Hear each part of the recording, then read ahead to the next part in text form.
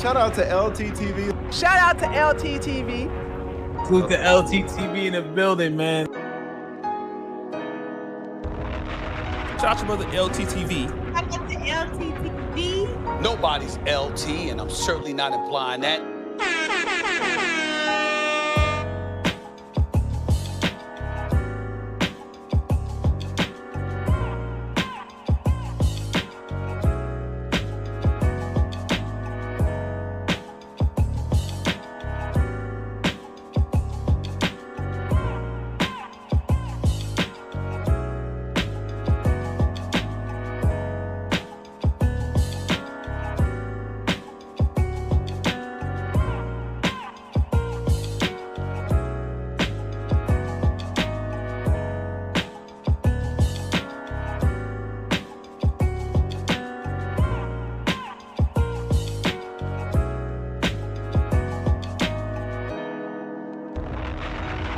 Shout out to LTTV. Shout out to LTTV. Salute to LTTV in the building, man. Shout out to brother LTTV. Shout out to LTTV. Nobody's LT, and I'm certainly not implying that. LT cooking your ass.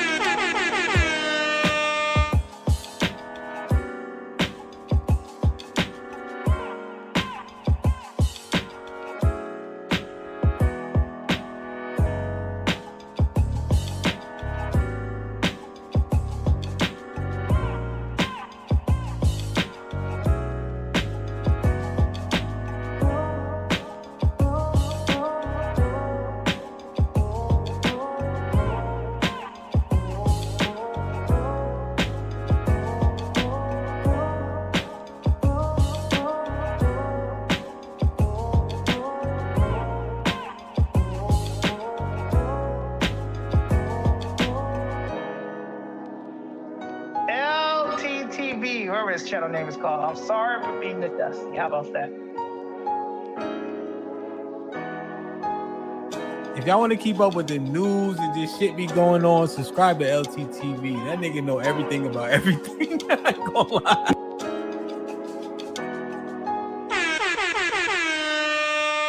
Damn, son, where'd you find this?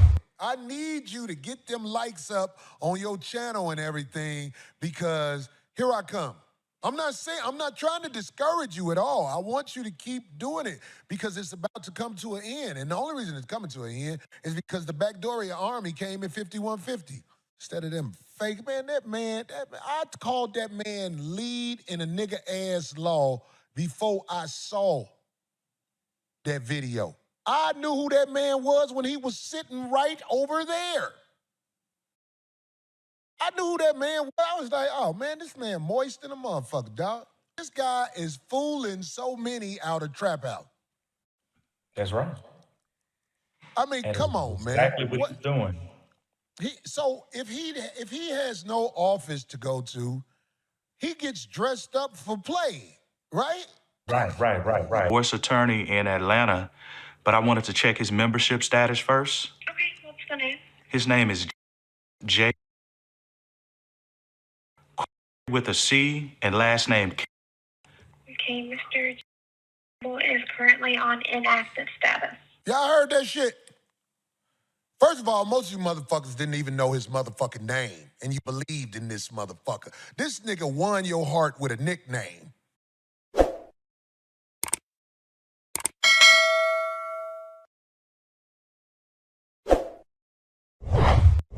Fucking with me tonight, but listen.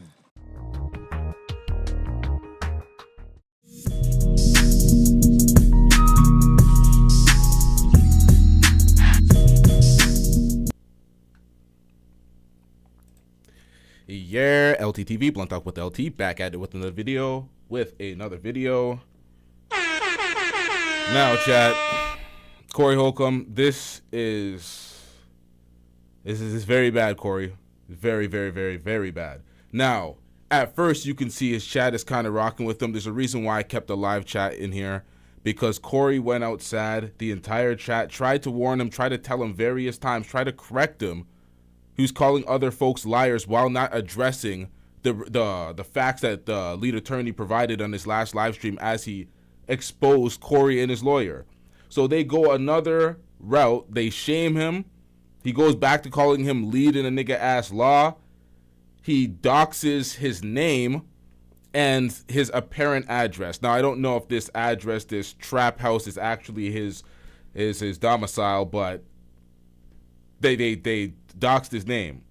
Now what they fail to realize is the lead attorney has announced as soon as he came to YouTube, and he says it many times, that he's a retired lawyer, a 20+ year practicing divorce attorney who is retired. So a lot of this shit that they try to pull up, it's like it's null and void, and it's like, bro, what are we doing here? Chat calls him, it's just bad. And then there's more videos, more compilations, more PDF videos. Now y'all seen me react to 2 comps already. There was 2 comps, at least 8 minutes and a 10-minute comp, just absolute filthy work. And now we have another comp that is worse than both. And I'm like, how is that even possible? How is it worse than both? I've seen him do it.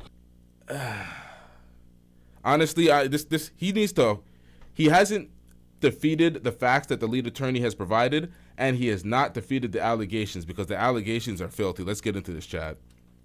I want to start out by saying this, everybody.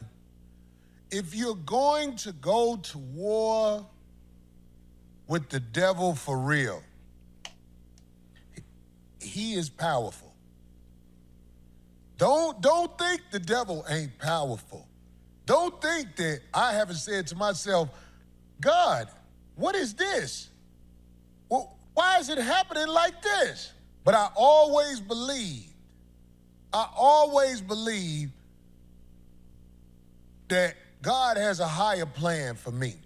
Now, I forgot to announce. I did it in the intro, the coming up next, but I also did it in the video. I edited out the name, so I'm not continuing the dox on my channel while reacting to the dox. So I edited it out. If y'all want to see and witness the full doxing, so you know that it's not bullshit and it's not just me trying to edit with AI like he says, go over to his channel and watch the live stream, because he's been very unaccountable. Every time he gets called out for a clip or something, it's AI, but he can just put out a clip and manipulate the clip any way he wants to do it and call other folks. So it's bad, man. Then what? The lames got planned out for me. I have never went with the rules the way it's supposed to go, but I have always done things to not prey on the weak. And I believe that's going to pay off for me as we watch how this thing unfolds. 5150, I'm talking about the people that's been with me. This is probably our toughest battle yet against the Backdoria Brigade. This is probably the toughest battle yet. And when I'm out, when I know that I am out-muscled, I admit it. If I'm out-muscled, I admit it. There was no way possible I can beat TMZ, the mass media giant. There's just no way possible I can beat them with this coverage we have. This coverage we have is good because a lot of wicked people are watching it and trying to chop and screw it in the way they want it to look. But when I was up against TMZ and they had the meth head on there playing the victim, I said, oh my God, what is this? A case that has came and gone where you saw what I did to this meth head. I was granted a goddamn restraining order against her and her boyfriend. He keeps making this claim of restraining order, going back to the video, trying to fight the fact that he has a video where he's assaulting a woman who is speaking words to him, but he's not assaulting Anton, who's speaking words to him as well, right in front of him. So it's like, bro, it's looking bad out here. All she does is speak words, and then you're trying to use all this background information, all these other things to try to justify you hitting a woman without her being violent to you prior to you hitting her. It looks awful. Now, he says he has this restraining order, but does not provide it. Doesn't provide any evidence that these restraining orders exist. Nobody has validated or confirmed this. Not even his lawyer who he brings on via Zoom. So I'm like, bro, just show the restraining order. That'll help a little bit, I guess, although it's still a deflection. It has nothing to do with it. It will just show it, substantiate it, bro. So that should tell you enough right there. But no, they couldn't go with that angle much longer because God blessed me with help in the fight. A fight that the person who helping me know I would really be in the hole. I would really be up against the wall where, Corey Holcomb would be jammed up if I wasn't blessed with a warrior to help me. Because I can't do it all by myself. For the last 15, 16 years, I've been hopping on planes, doing comedy. Now, if you read the chat, someone's saying humiliation ritual. They're saying Corey is delusional as hell. Show used to be funny. Apologize to the lead attorney. Lead had receipts. D quiet as hell. Corey think he a blood cap.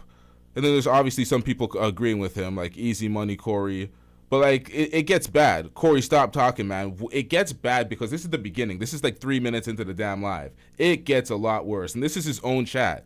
This is why I said from the last PDF comp that I reacted to, fans are turning on him. Fans are walking out the door because he keeps going, he keeps digging himself deeper down this hole, and folks just want him to get back to the comedy, get back to the regular scheduled television. But he keeps going down these beefs and he keeps losing because he's lying through his teeth. Just doing mental gymnastics, low comprehension. It's very bad with him right now. Coming all the way back to the West Coast and doing this show on Tuesday nights. And it is really a full schedule for somebody to travel like that. There's no way I could beat the mass media giant TMZ without help. And I'm glad I got help. But I want to tell you, I want to say this is for my people. This ain't for everybody else. Now, they going to run it and try to chop it and screw it the way they want to chop it and screw it. But for my people, listen to me. All of these videos that are being put out there about me, that's going to be my money. You want to make me famous? Unfortunately, you're doing evil things and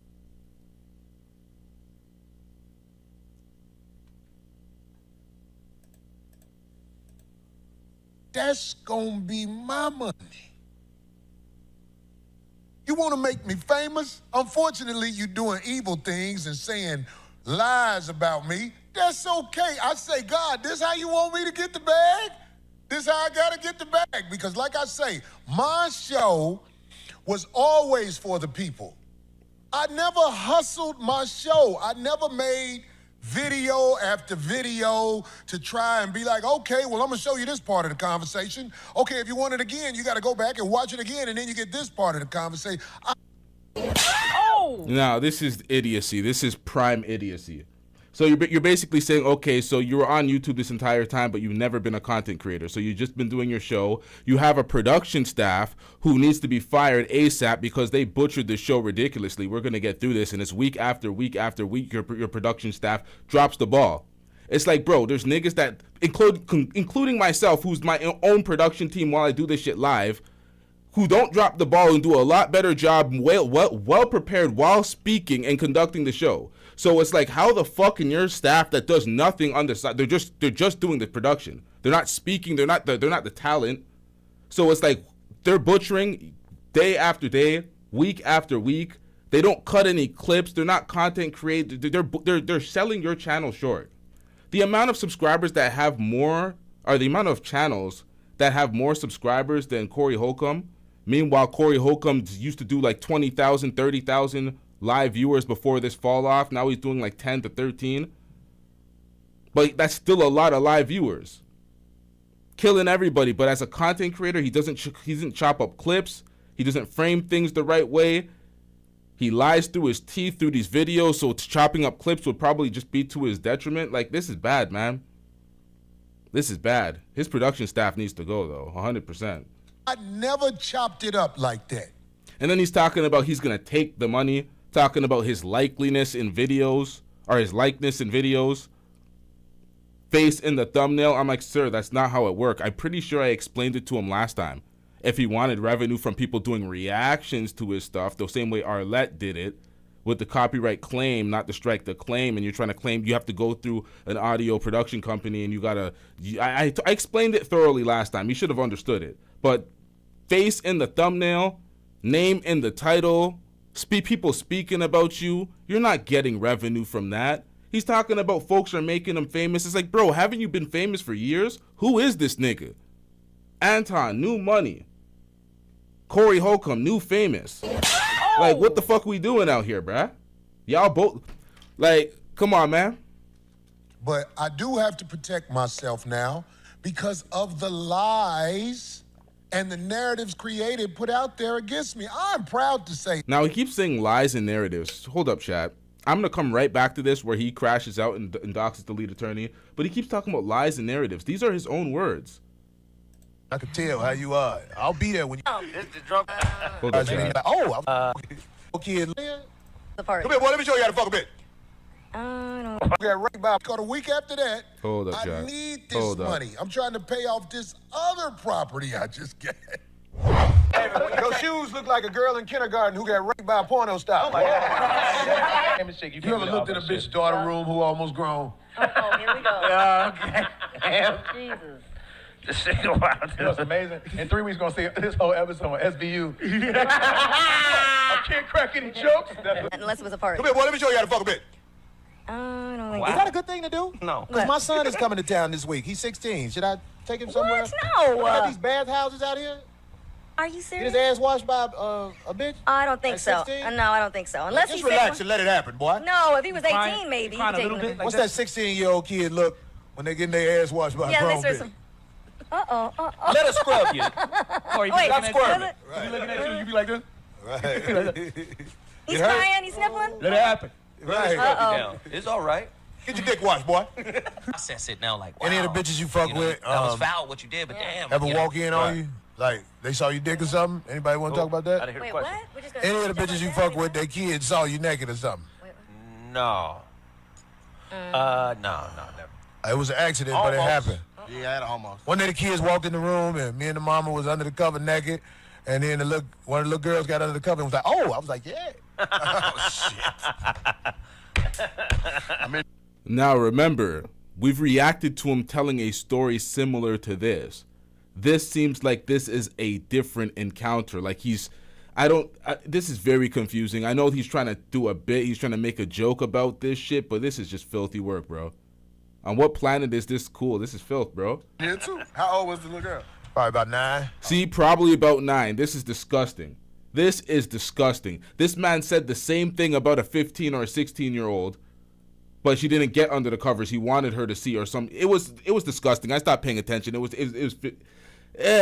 She wasn't that young. She saw why her mama ain't charging me no rent. He was like 3 or some shit. Just like, mommy? She's saying why your mama charge you no rent. What? Corey needs some menudo. Yes, he does. What Fuck is everybody menudo? who ain't on my side. Damn. This the drunk What I from the miss? Corey side of it. But I want to say to that little 16-year-old girl who was arguing with me, you born to lose, bitch.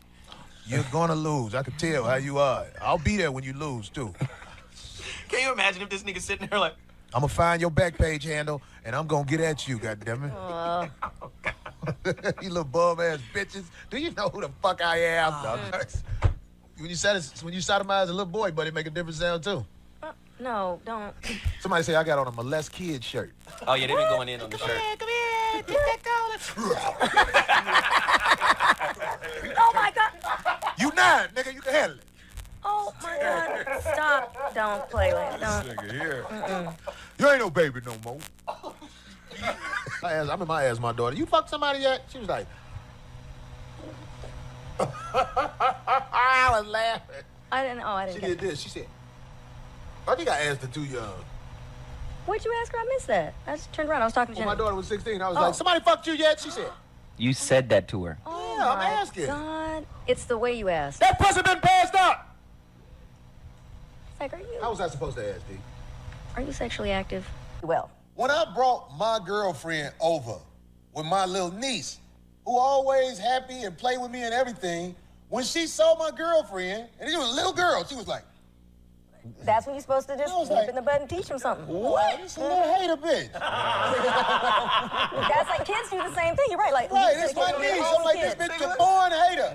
She always smiling when she get me to herself, because when I come over, I pick her up, play with her. But when she saw me with my girl, she was like, see? And like, oh, this is little. So I'm saying, like, I feel like, I know she's still a hater bitch, because ain't nobody help her. I wasn't around her. If she, maybe I could have helped her deal with, because, you know, my niece, it don't matter what she do, she ain't gonna look like a bitch you get chose out here. I'm just saying.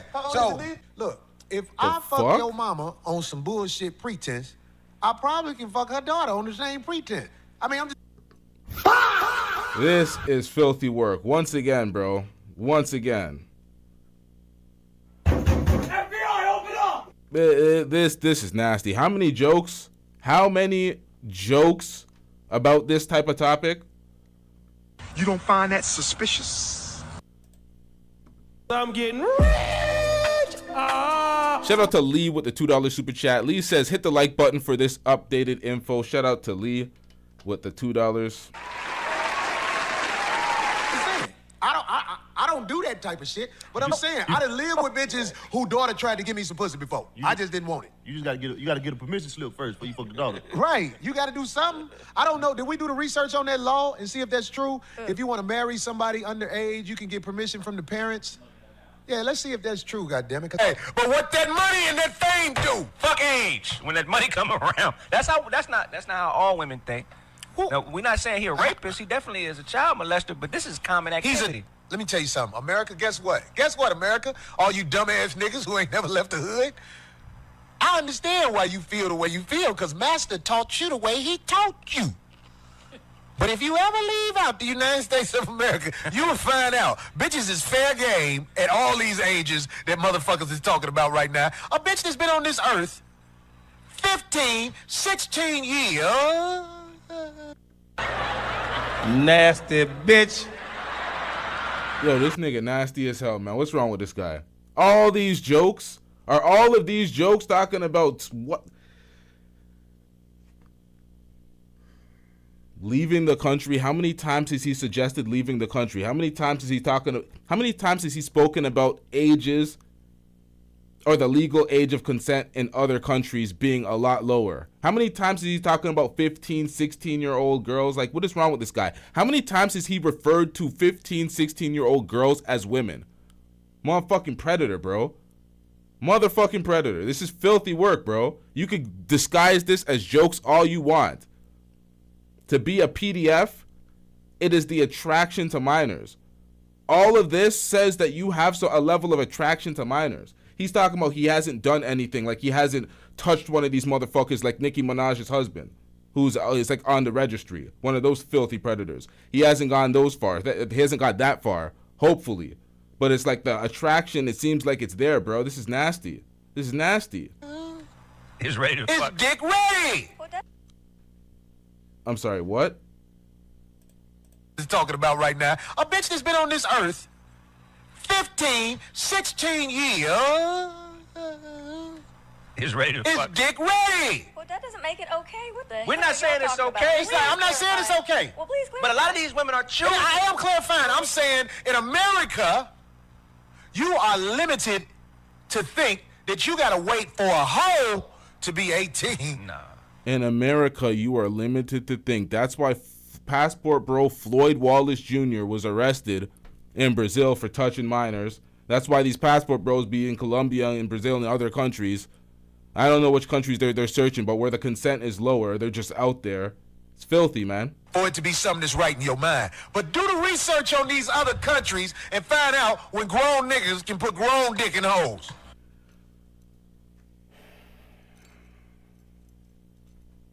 I've seen him do it. To be 18. Nah. For it to be something that's right in your mind. But do the research on these other countries and find out when grown niggas can put grown dick in holes. You'll find out. See, me personally, I would never fuck with a bitch who mind ain't developed. Well, that's why they have an age. But wait, let me say this. Let me say this, D. Do it. In other places of the world, you can grow with her. You can mold her mind. Nigga, you gotta go. The fuck is wrong with you?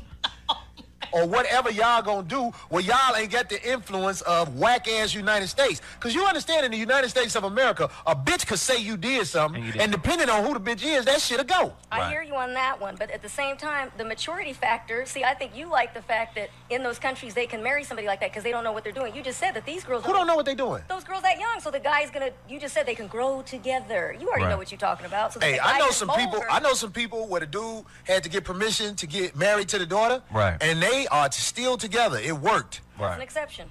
Kobe did it. Yeah, Vanessa was Wait, underage. what? Yeah, that's true. Kobe did In it. high school, yeah. Elvis did it a lot. This ain't no new shit. Somebody say surviving iced tea. Oh, there was nothing to, believe me, I was there. Shit, when I was 12, my first bitch was 18, and I enjoyed it. You were 12. I was 12, and I went back damn near every day Well, for I a bet you year. did. A We would 12-year-old we would boy. watch Ricky Lake. She would stroke me off, and I'd smash. You just said her name? What we talking about in other countries, Mark, is, and Mark, listen, and Darlene, you don't have to be on this planet 18 years before you can do what the fuck you want to do. In other countries, you can be on this planet for 14, 13. How many times has this motherfucker had this conversation? How long is this compilation? From old to not that old to recent to the old studio to the new studio, he's been saying these things. 15 years, and you can fuck whoever you want to fuck in other countries. But here in the United States, there's a lot of people who only know this way. Okay, we get it. You only know this way. But trust me what I'm saying to you. How do you fuck somebody mama and their daughter? That's some hellified shit. You got to be a rock star. We get pulled in. Somebody say I said a 15, 16-year-old girl is perfect. What? Hey, bitch nigga, I said a 15, 16-year-old girl is a perfect, you can have the healthiest baby you can have with somebody like that. This is predator, disgusting misinformation. No, you can't, sir. No, you can't. Scientifically, this is very incorrect. A quick Google search will tell you that. This is bullshit, bro. It's absolute bullshit and predatory. I said that. If you know anything about human anatomy, that's what I'm talking about. One of them bitch-ass but I niggas, just though. said, in America, if a girl is 18 or under 18, then it's drama. If you fuck a girl under 18 in America, it's drama. So I meant what I said, bitch nigga.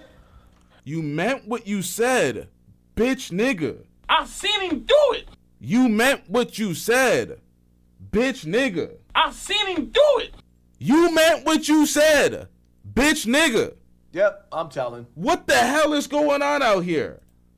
18 or under 18, then it's drama. If you fuck a girl under 18 in America, it's drama. So I meant what I said, bitch nigga. Yeah, you meant what you said, bitch nigga.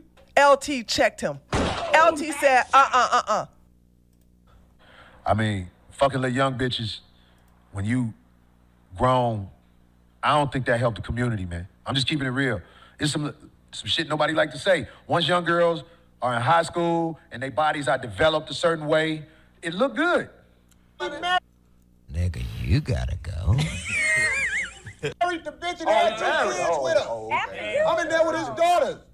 Oh shit, Walk around the house with some shorts and some drawers on. You walk around with biker shorts and shit. No, I wasn't doing that. I wasn't disrespecting.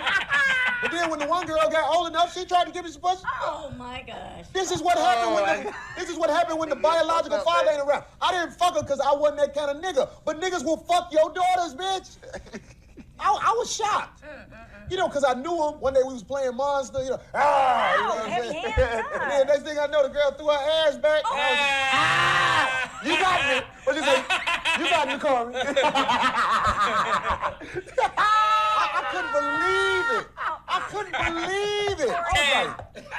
I was so shocked. I was like, I'm like your father, sort of. I ain't never did nothing to give her that impression. Are you sure you thought? Because see, sometimes if you're already thinking those kind of dirty thoughts, it might have just been your mind. It wasn't my mind. I'm a grown You man. heard ghetto boys. It was your mind playing tricks on you. I knew she was gonna have babies. She was reaching for something in the couch. Corey thought she was being Exactly. He's over. like, oh, she throwing it. pointed at me. You can't do any kind of movement around him like She was trying to hide somewhere. Her butt was sticking out. You know when the ass stick out, you get that. She was hiding somewhere and her butt was sticking out. She put that ass out there. And she won number 16. No, you told me. Man. I was like, whoa, hold on. I just saw that. Corey ain't telling the whole story, y'all. I'm telling you the whole story. I'm gonna tell you where I fucked up. Oh, I thought you said where I fucked up. This way I ain't fuck that girl. I ain't that kind of nigga. I ain't that kind of nigga. Yeah. I told her mama. Yeah. What am I? Because I didn't know what else to do. I'm like, oh my God. I was like, you know, she tried to, I told her exactly what happened. Her booty popped out on me. Man, that girl couldn't stand me after that. It was war in the house. Oh, man, you done ruined your father-daughter relationship because you went fucking. Father, stepfather. She was really jealous of her Then when daughter. old boy came over again, I was like, let me tell you about your daughter. yeah. Nigga, you Tell ain't him like your telling daughter, me. bitch. I don't believe that. That's why I don't like your daughter came from. Yeah. Ever since I seen the little. I'm getting rich. Shout out to Hiriam Speaks on it with the $2 super chat. You said suffering from arrested development. Yeah, man, he ain't growing, man. He's stuck in whatever state that he was stuck in because this is fucked up, man. The lack of evolution. Yamanika Sanders speaks about him having all the opportunities in the world and not ever growing. That's why he's stuck in the same place, bitching, crying, cooking folks.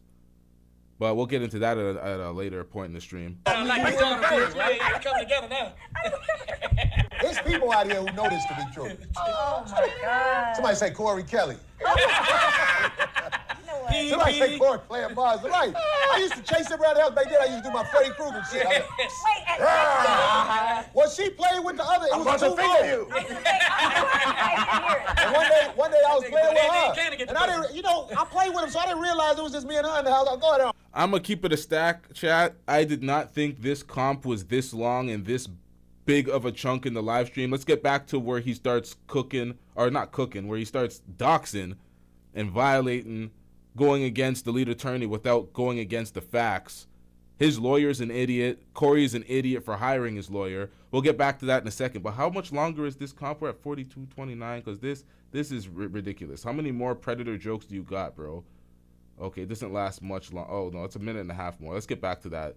We'll come back to the rest. It's just filthy, chat. It's absolute filthy. So we got a lot of here, chat. A lot here. Video after video to try and be like, okay, well, I'm going to show you this part of the conversation. Okay, we thought we could steal, but I realized this ain't finna be my life. So what I'm trying to get at is this, because I'm finna bring my man on. You're about to bring your man on? Chat, what do we say about that? He says he's about to bring his man on. What do we say when folks say shit like that? Survey said, Stick together. Pause. liars are so in power. The wicked is so in power. This week, somebody lied and they tricked a lot of people into thinking that they didn't lie. Now, what he's referring to is the lead attorney showing the evidence that he was given the okay from your lawyer to have a conversation with your lawyer about what's going on with you. But it was later retracted, and he gave some bullshit-ass excuse about a gag order after you guys were speaking about it candidly on air, so it doesn't make any sense. The conversation they had, I said, wow, did people really fall for that? Because this is a liar. This man lied, and then I'm not a lawyer, but in court, that conversation he had with the people, I'm talking about leading a nigga-ass law. Leading a nigga-ass law. That conversation he had with people would only work. Now, I'm sorry, chat. I'm going to let this play out, but I have to refer to his chat real quick and show you what they're saying in his chat. They're saying in his chat, we saw the text. Corey, you're looking bad out here. Not the lawyer with no law books and there's no shelves. Okay, so that's one person for him. Lead had receipts. Flacco watching. Corey, you lying. I used to think this guy was a smart guy. People believe this shit. Corey got the craziest nicknames. Corey, everybody wrong but you. Corey, let it go. Work with the feeble minds. I have not seen or talk to, lead in a nigga-ass law since we said goodbye to him at the Yard House. Me, Darlene, and Craig. And we thought he was a well-intended guy, which is why last week I thought I was trying to say, damn, man, you lied. You ain't said nothing. So, okay, I'll back up off you. But no, he came back with a presentation of bullshit for the feeble minds. And I pray for the feeble minds because they fell for that. I'm going to play, before I bring on the brother who I said he's known for helping people. And trust me, I can't believe that I finally got somebody to help me like this, because it's hard to find people to help you like this. Hey, Abe, do you have that audio when the brother, Derek Dion, gave a call about leading a nigga-ass law? Do you have that? My attorney called about this situation just to check something as thorough people would do. This is just a small chunk of what we have found with this guy right here. This is a farce. But can you play that video when... Yeah. The problem with the video, Corey, is you nor your lawyer is responding to the emails that we've all seen. The email corresponding with your lawyer and the lead attorney. He's seen the email that the lead attorney provided was the lead attorney at Gmail. He was not acting under his professional name, his real name, his government name, while he used that name to practice as a practicing attorney.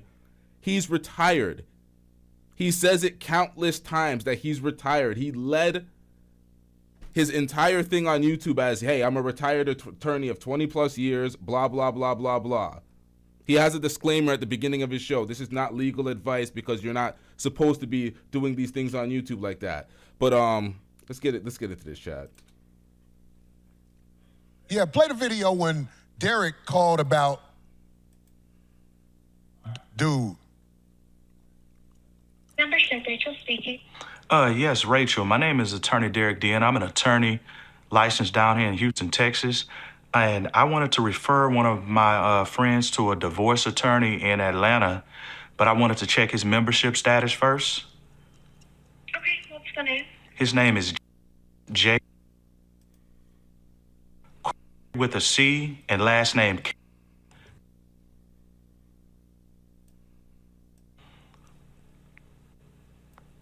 Okay, Mr.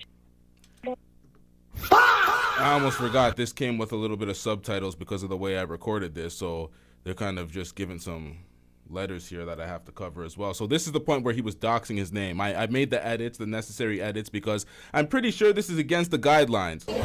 I'm pretty sure you're not supposed to do this on YouTube. Corey's been fucking up with this beef.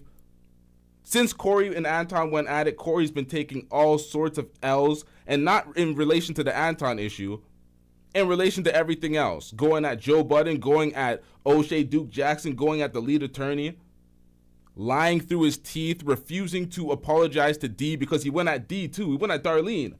Didn't apologize on air. We got some bullshit backstory from Darlene talking about he apologized off air like we gave a fuck. We want to see a level of accountability from this motherfucker, and he's just running from accountability. Accountability's cutting this nigga's ass, mopping him. 20-0 right now. Accountability, man, this is bad, man. He's getting his ass whooped by accountability. Is currently on inactive status.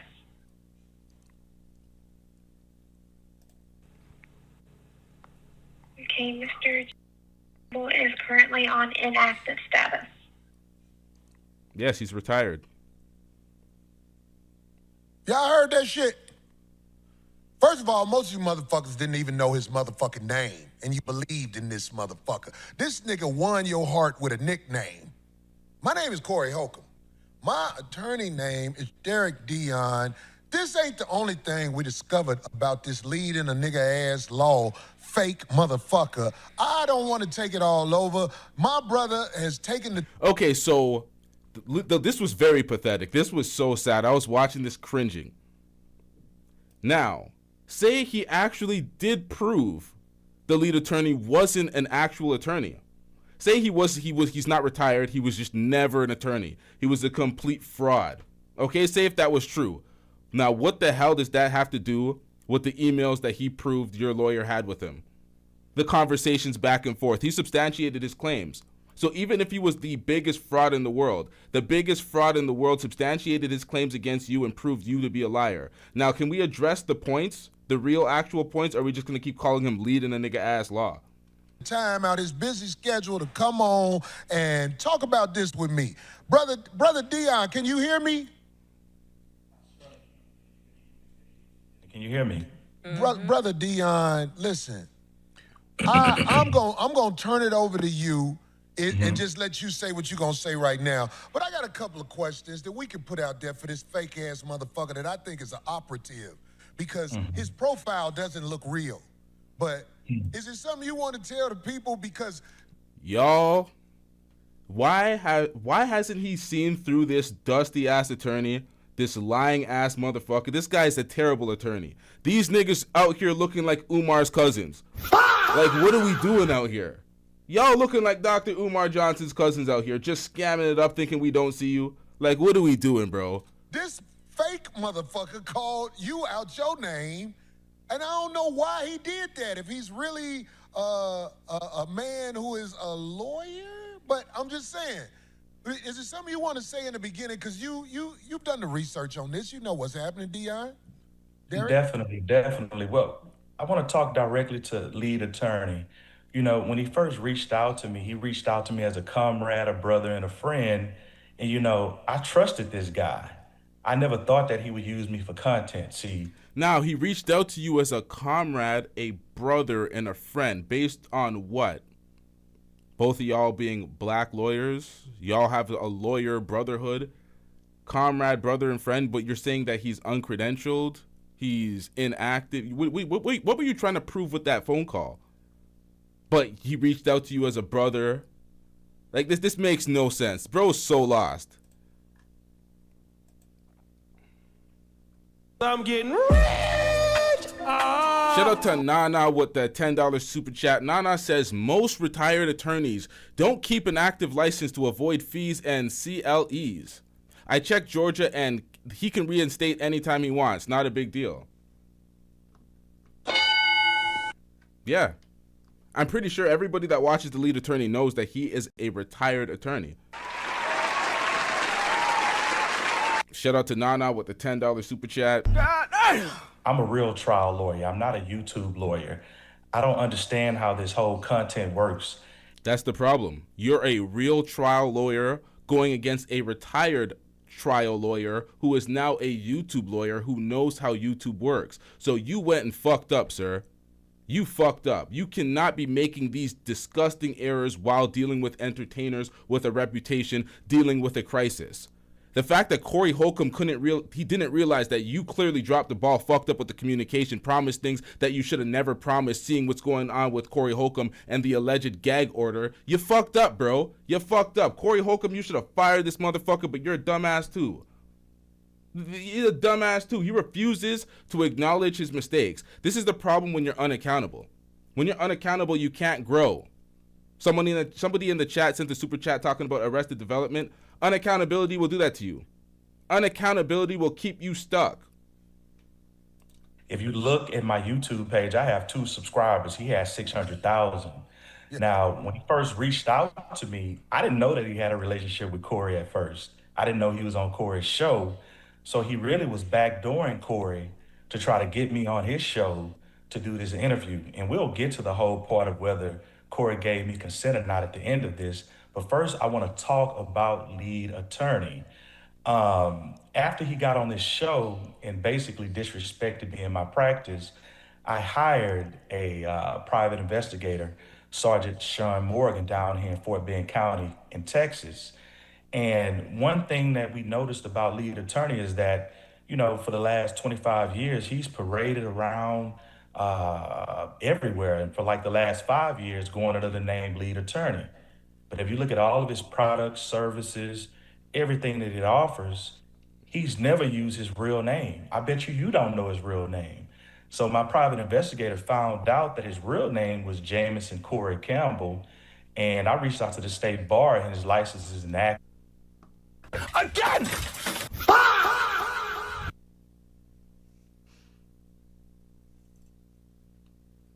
Now, I edited out the man's name, and I forgot that he said it again. So it's just multiple times this Derek motherfucker just keeps dropping the man's name. Man, I didn't listen thoroughly enough. My bad, chat. But somebody in the chat said his name's already out there. Somebody said his name is already out there. Who said that? I'm pretty sure somebody said that. Did I create that in my head? Nah, for real. I must have seen that somewhere. Oh, there it is. Yeah, there we go.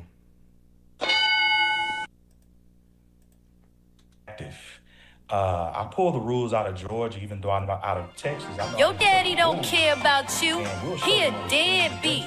He be. Now, this is what I'm talking about with Corey's production team. In the middle of his lawyer's speech, this music started playing. This is not my music. You can go to the 5150 channel right now. This is their active chat. This is their live stream. This is exactly what happened.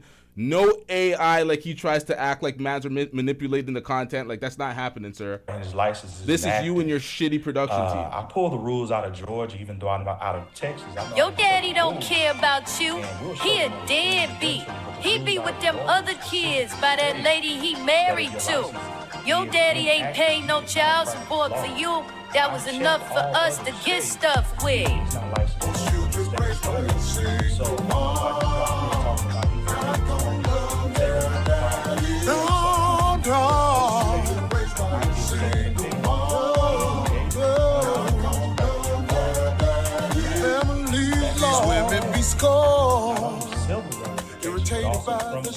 Who's reviewing this? Audio. Where's the audio guy? What the hell is this? This guy's been on major platforms. He's been on DJ Vlad. He's been on Corey Holcomb's show. He's been on a lot of people's shows. Bro, you're mid-paragraph, mid-speech. We don't know what the fuck you talking about, sir. You just continuing on away. Corey Holcomb is completely oblivious to this. He doesn't know this is going on. This is pathetic. You had 13,000 motherfuckers watching while this happened, sir. Whoever your audio guy is, he's fired. Make that decision. Giving legal advice when this guy's license is inactive, and I would never accept being critiqued, judged, or ridiculed by somebody who's faking as a lawyer. Man, Bro, you're being critiqued, judged, and ridiculed by a nigga with a mic who's never been a lawyer. Oh! I'm referring to me right now. Like, what are you talking about? It's gonna happen, sir. You put your ass on the platform, pause. Stick together. Pause. You put yourself on the platform. Why did I word it that way? You put yourself on the motherfucking platform, motherfuckers gonna call you out, nigga. It is what it is. It is what it is. There's niggas making videos about me. It is what it is, nigga. Definitely understand. I didn't even want to bring you in this mess online because it's a war against me. And he found a slick way to jump in this war because YouTube, Derek, is based off popularity, whether it's good or bad. So when he lied and said, Corey said it's okay for me to talk to you, that's when I said he's lying. Then he tried to switch it around like you lied when the truth is you never talked to him about my case. Am I right? Never talked to him about your case. See, the thing is that when he reached out to me, I was a little hesitant because his email, or within his email, signature block, there was no legal name, there was no office address, there was no office phone number. All right, attorney, do you think that we want to hear this bullshit ass, I was hesitant to do X, Y, and Z based on these circumstances, when you initially led with, he reached out to you as a brother and a comrade? And that's the way you thought he reached out to you. So you're befuddled that he snaked you in the end. You remember that? Do we got to go back? It's on tape, sir. You are an attorney. You're trash, bro. You don't even remember your own rhetoric. Get cooked on the stand. This guy's an attorney. There was no office email. He emailed me from a Gmail account. You were well aware, and you went through with it. We seen the messages, sir. Just a little hesitant to deal with this guy. Hesitant. Look at this victim. You did it, didn't you? Because, I didn't know anything about him. I wanted to vet him. I thought he reached out to you as a comrade and a brother, but you knew nothing about him? Trial lawyer, right? I've closed out 1,088 cases, 50 appeals. My cases have been in law books as binding authority. So I don't just go on popularity. I want to look into this guy, vet him, and check him out. And I was hesitant from the beginning, but, you know, with him being an African-American lawyer, I'm seeing he has a big following.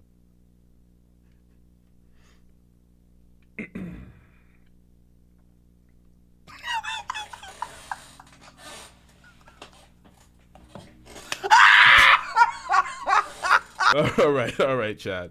All right. I'm getting rich. Shout out to Hiriam Speaks on It with the $5 super chat. Hiriam Speaks on It says, this dude is a personal injury attorney, ambulance chaser lawyer. I'm like, this guy is legit. But because he lacked so many things, I was very hesitant. But ultimately, after he insulted me on his show, I hired my private investigator who I talked to, and he gave me some information.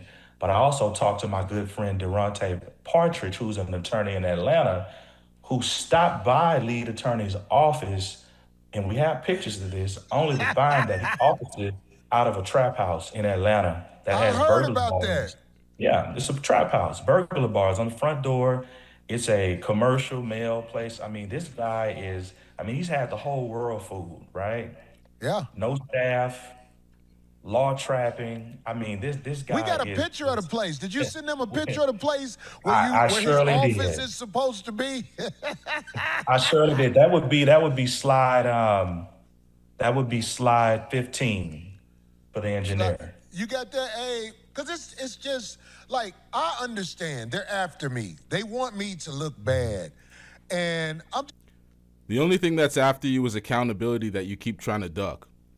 It's you, sir. You're creating these problems. These are your words. These are your actions, and you refuse to be accountable for them. You create new problems with new niggas on the internet, and then you claim folks are coming after you. Like, this makes no sense. And we've seen the emails. Do I have to pull it up? I know folks seen it. You can go back to one of my previous uploads or go to Lead Attorney Clips channel and see the emails. This nigga's just lying. Just saying, it's like, okay, but this guy lied. See what he did? He said, you remember the part where you said, I'm clear to talk? I'm sure you were telling him, yeah, I'm clear to talk. Right. What about it? I will break that entire story down. So when he reached out to me, I said, hey, I need to speak to Corey first to see if I'm clear to speak about this. I ultimately learned that he had been on your show. You talked to him. You guys were good friends. I'm like, oh, okay. And he's telling me that, hey, I want to support Corey. Oh, I'm clear for that. You're a good guy. You've been on the show, et cetera, et cetera. Corey's a very busy man. I'm a very busy man. You have to go through the ranks to get to Corey sometimes. So no, Corey did not clear me to talk to him. But at the same time, this guy's saying that he's a friendly guy, and he's saying he's here to support Corey. And I know what to say on a lawyer's show and what not to say. And anything I'm going to say is just going to help Corey. So I didn't think it was a big deal. So you okayed the interview on behalf of Corey based on the things that you just said. You broke protocol. You agreed to do something without Corey's consent. And this dumbass Corey Holcomb is sitting here without the words. Right now, the only thing he should be saying to this guy is, you're fired, sir. You're fired. I'm an entertainer. I'm in the middle of an internet shitstorm. I'm protecting my image, my likeness, my brand, whatever's associated with me, and you're okaying interviews on behalf of my, because you've seen in the past, this nigga's been on the platform and just assuming, making these assumptions. This is asinine. This is asinine. He admitted it. He admitted it. So you admitted it. You admitted to the lead attorney's evidence, which is obvious. We've seen the evidence. You can't defeat the evidence. So you confess to it, and this nigga's still trying to diss instead of understanding that, hey, your lawyer is the one that gave the lead attorney the impression that you actually consented to it because that is just normal protocol. This guy's a terrible attorney. This Derek dude, your attorney, Corey, terrible attorney. Terrible. Terrible. I'm perplexed right now. I'm lost for words. This is so bad.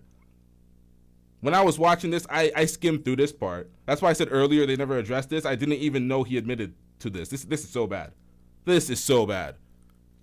But this guy, he took that to say that I did something unethical. Unethical would be I settled Corey's case without his permission. I filed a lawsuit without running it by court. We're talking about a news interview, right? Lawyers get on the news at the drop of a dime every freaking day. It's not a big deal. But when you... Yo, this is so bad. This is so bad. So this motherfucker admitted it. He admitted to it, and now he's gaslighting Corey. Oh, we do this all the time. I didn't do anything wrong. Nothing unethical. We do this all the time. Nigga, get the fuck out of here with that bullshit. This nigga just lying through his teeth. This guy is the worst. Corey, you've been hoodwinked and finessed by this Umar Johnson adjacent nigga. Like, what are we doing out here? What the hell is going on? You're dealing with this YouTube guy. He's gonna take something small, right, just to get clicks, likes, comments, and subscribes. Yes. But at the end of the day, you know, this guy's engaging in an unauthorized practice of law, which is illegal. So for him, he's not engaging in an unauthorized practice of the law. He's a YouTuber. He's speaking from his professional experience as a 25-year retired attorney, and he's a YouTuber doing an interview. He's not practicing any law. He's not representing any clients legally. What the fuck are you talking about? Comment on me, I mean, I was just a little bit taken aback and surprised. Well, there is no right or wrong in this crooked YouTube game because the things that's being said about me, like I said, man, I don't have criminal history like that. I don't have history like none of this stuff that they're saying I'm doing. So I'm getting rich. Shout out to Hirium Speaks On It. Just became a member of the Day One Blunt Squad. Shit. Perfect. Shout out to you for being a Day One Blunt Squad member.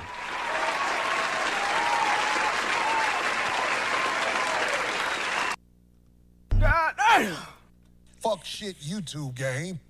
I see. I mean, this is worse than court. Yeah, it's have-nots trying. It is worse than court because everybody gets a file. It's not just how am I struggling to say stenographer? Wow, stenographer. God damn. It's not just those niggas that get a copy of the record. It's everybody. It's out here in 4K, 1080p for others, 720 for the struggle streamers. But it's out here for everybody to see on record. So the things that you said earlier that were absolutely idiotic, we could just pull back, refer to it. It is what it is, man. To build position in society because they have no position in society. My position in society comes from being a stand-up comedian over 30 years. Your position in society comes from actually practicing law and watch this, helping people. Helping people. I know who you are, Brother Derek. I can't believe you're around helping me, to be quite honest. I'm glad. How naive is this nigga? He's a lawyer. Folks don't just help people unless it's for personal gain. Unless it's for promotion and personal gain. Folks don't just help people. Come on, Corey. The fuck? Been on this planet for 57 years and you don't know that? I'm getting rich. Shout out to Huggy68 with the $5 super chat. They played that music on purpose, you say. If Corey keeps talking crazy about TLA, I hope he's ready for a lawsuit. He better learn from Tasha K. Damn. Glad you're around helping me. And now they got a picture of this. This is a mailbox place where it's supposed to be his office. How much does he charge? How much does he pay a month for this office? $7.98. No he joke. got a mailbox for $7.98, perpetrating like he's, listen, if you could read those signs that are up there, I encourage you to screenshot that and read those signs. This guy is fooling so many out of Trap House. That's right. I mean, come on, man. Exactly what he's doing. So if he has no office to go to, he gets dressed up for play. Right? Right. I mean, if you look at those law books, those things might be hollow. My books are real back here. Not all law books, but they are real. I don't know if that's a green screen. Every time I see his degree, I have to squint my eyes. Yeah. You know, this guy is, I mean, was he able to operate? I mean, was he able to activate some type of law degree this week? No. I mean, I called the bar today, and his Okay. license is inactive. I called because, see, I found it online that it was inactive, but then I saw some stuff that said it was active. So, you know, I don't want to say anything about somebody, unlike him, that I don't fully vet. Which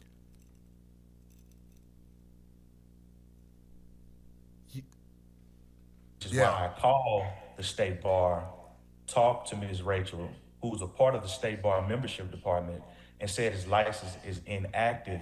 And if you go to his website, he's giving divorce advice and charging people for it. So, and that's illegal, right? That's every lawyer knows that. Every lawyer knows that. That is the unauthorized practice of law, and that is what he's doing. I thought you said you didn't lie on folks and you didn't give misinformation, or you didn't give information based off of half knowledge, and then you continue to do all three. What the hell is going on out here? He's not practicing law on his website. He's giving consultations. Y'all are going to pull it up. And, you know, I'm This is curious bad, as to his man. response, because I have all of the evidence here. I have a binder with 30 pieces of exhibits, not receipts. We don't say receipts in court. We say exhibits. So, you know, I mean, this guy's a joke, man. I can't believe he mentioned my name. He didn't research me well enough. Most of the YouTube guys, they pretend to be smart, and they take advantage of the people who need the knowledge that's real.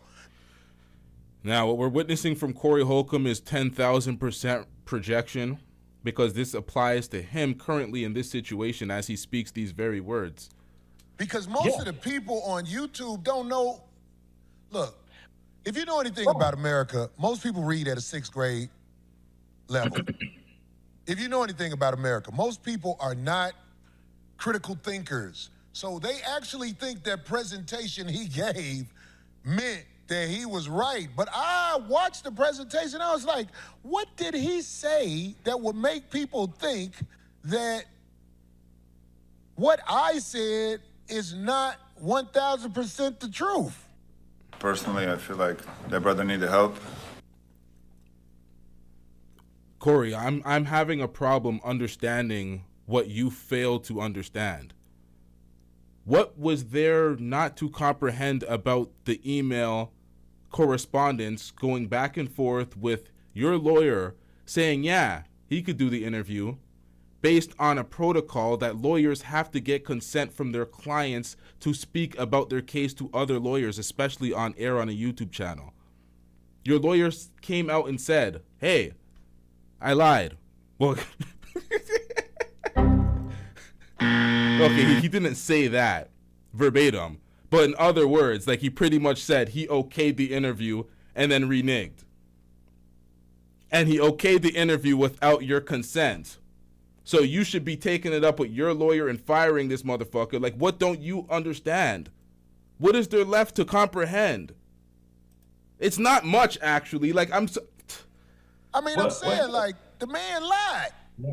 He's an outright liar. Here's the main thing. On his website, he puts, I have 20 years of experience in the trenches of Atlanta, Georgia, practicing family law, et cetera, et cetera. I pulled the Fulton County court records, and he's only done 10 divorces in 25 years. On file, Fulton County is in Atlanta, Georgia, right? All right, lawyer, this is how YouTube works. You can't just say things. You're going to have to substantiate it. So if that is true and he has a pathetic record for practicing for 20 years, only doing 10 cases, maybe you should show the 10 cases. Well, I can't even call it a pathetic history. I don't know how long those cases take as a divorce attorney, because some divorces, well, motherfuckers take a while, but you should probably be juggling a bunch. I don't know what this actually means in the bigger scale of things, but you should probably substantiate it with the receipt, or why am I saying receipts? Again! With the evidence, the motherfucking evidence and the facts. Yes. And the last case that he worked on was in 2019. So, I mean, this guy, look, this guy cannot be trusted. And if you do trust him, Buyers beware. I just want to Beware. make sure. It's illegal for him to be parading as a lawyer as he does with the classes and everything. That's illegal, right? That's illegal. He's giving advice. It's directly on his site. I can read directly. I can go to tab 19, well, slide 19, and it says, get clear strategic advice from me. You'll learn what steps to take. Yeah, it's like if you only have 10 cases in Fulton County, but Georgia has 159 counties, why did you only cherry pick the one county to show the lack thereof when it comes to his experience? Why did you cherry pick it? Good thing we have folks in the chat to call out shit like that.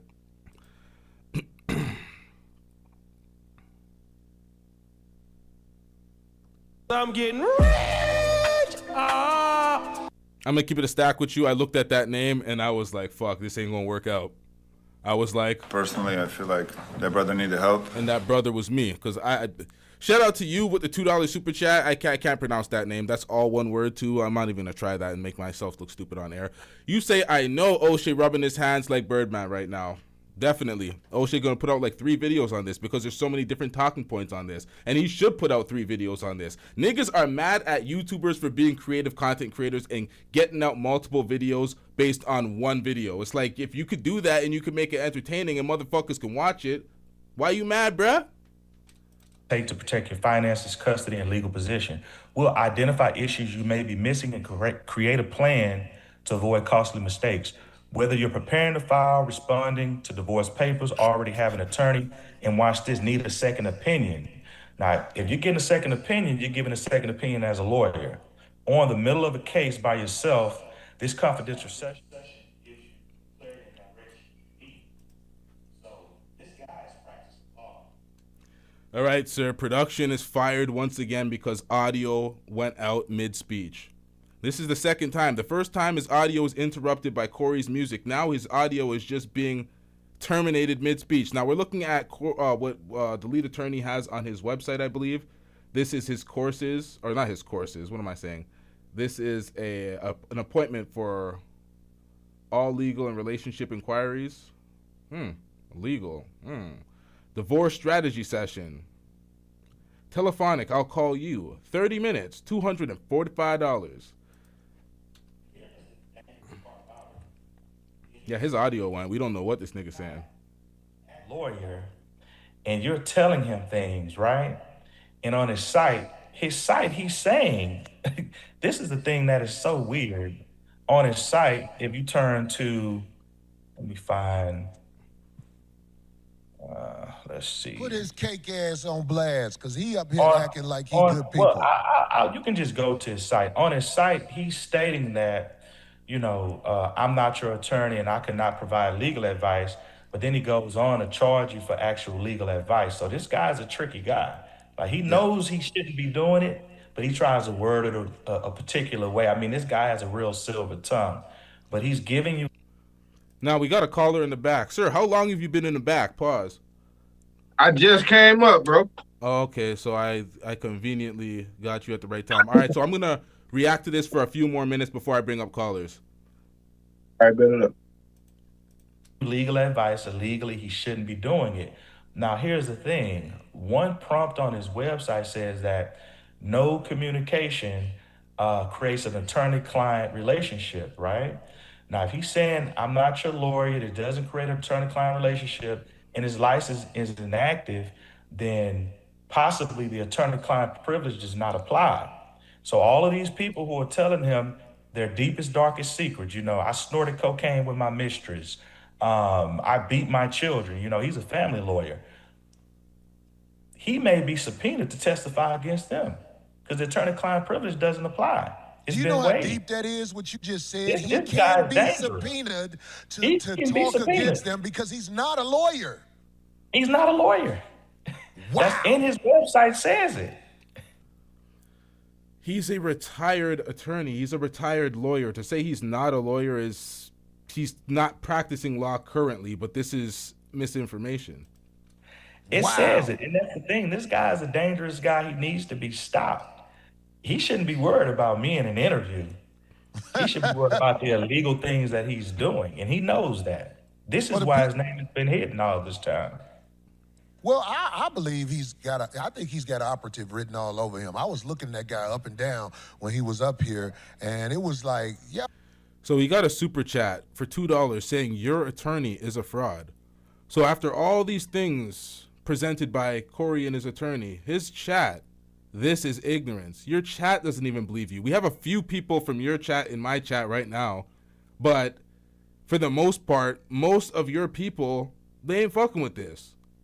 Oh, well, okay. Because I was talking to him, that's when I was going through something with my divorce. Look at this. Corey is desperate as hell, or desperate, shake my head. Is he speaking about his divorce? What's going on? And I asked him about it, and I could tell his hesitation that he didn't want to talk about it too much. But did you see the episode of the lead attorney on Corey's show? Maybe we have to react to that after. The lead attorney was giving them all sorts of accountable advice.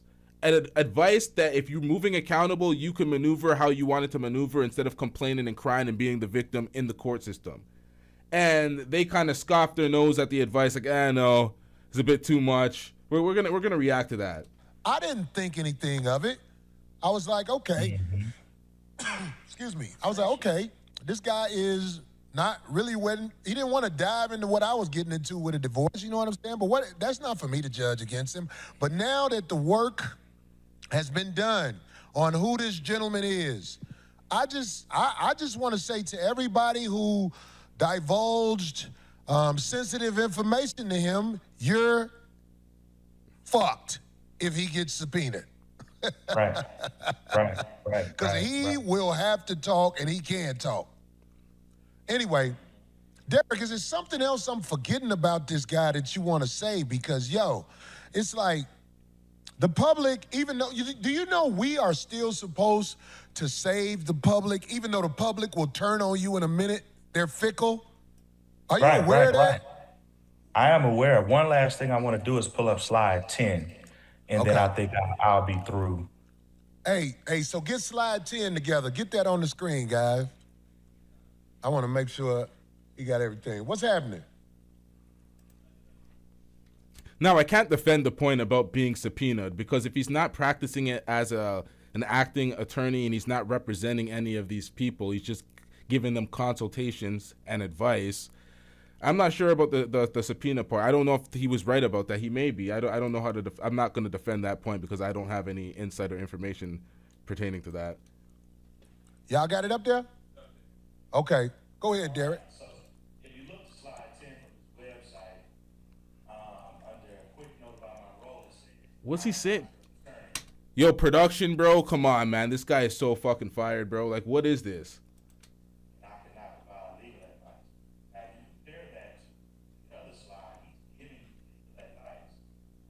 Yeah. This guy's all over the place. This is what happens. A YouTube lawyer, real lawyer, when you go back and forth, you make mistakes. Now, if you go to slide 21, my last point. Now, I'm trying to hear what he's saying. I'm not sure if he's reading this. I'll just go ahead and read this passage because I don't know what he's saying. Their audio team, their production team is pretty pathetic. It's real bad out there. Consultation instructions and policies. Time zone. All consultation times are listed in Eastern Standard Time, so please make any adjustments needed for your local time zone. A quick note about my role. I'm a licensed attorney who practiced family law in Atlanta, Georgia for over 20 years. While I bring all of that experience to our consultation, I am not your attorney and I cannot provide legal advice. Let me say that again. I am not your attorney and I cannot provide legal advice. So he's leading up front saying he practiced law for 20 years. He's a licensed attorney who practiced law, but he's not your attorney. He's not providing you legal advice. Instead, what I offer is legal information, coaching, and a strategic guidance based on decades of experience. By booking this consultation, you're confirming that you understand and agree to these terms. The terms are laid out right in front of you. He's a 20-year attorney. It doesn't say he's retired anywhere here. Nonetheless, he's not your attorney. You're not retaining him as counsel. He's not providing you legal advice. He's giving you legal information, coaching, and strategic guidance. And this is what the consultation is for. You know this up front, and you pay for it based on your perception of the lead attorney and what you think you can get from him.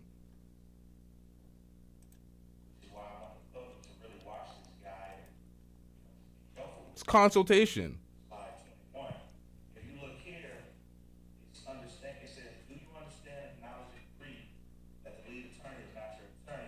Okay, so he is reading it out. I can vaguely hear him.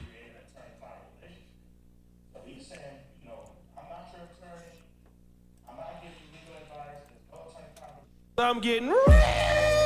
Shout out to Huggy68 with the $2 super chat. Huggy68 says a defamation of character lawsuit is incoming. Maybe.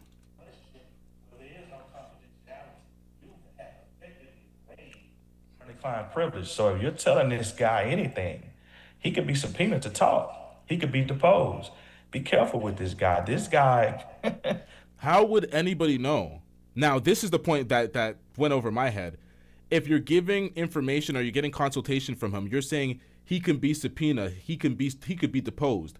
How would anybody know that you received consultation from the lead attorney for him to be subpoenaed or deposed? And it's divorce. What will he be I'm so confused. This is not this is not whatever, man. Some people don't know what attorney-client privilege is. Do you want to explain it? Right. So when you go to your doctor, okay, there's a HIPAA laws and doctor-client privilege. So if you tell that doctor you have some, maybe a venereal disease, that doctor can't tell anybody that you have a venereal disease, right? Because there's a doctor-client privilege, there are HIPAA laws. Same thing with a lawyer. I've represented 1,088 people. I have a lot of secrets. When a client can come and tell me, hey, I did the worst thing in the world, I can't go and tell anybody that, right? I have to keep that a secret. If I'm subpoenaed, I can invoke the attorney-client privilege where I won't have to testify against him. This guy's parading around like he's a lawyer and he's bringing people in and they're not knowing this guy's really not... He's not who he says he is. Right. And so, you're telling him your secrets and, he could be subpoenaed to testify about it. So this lead attorney person he's one of the strangest people I have ever researched in my life. Yeah. I would say I wish him well, but I don't think it will be well for him. Yeah. We ain't even got to go too much deeper on this guy. It's like, because you can't make people...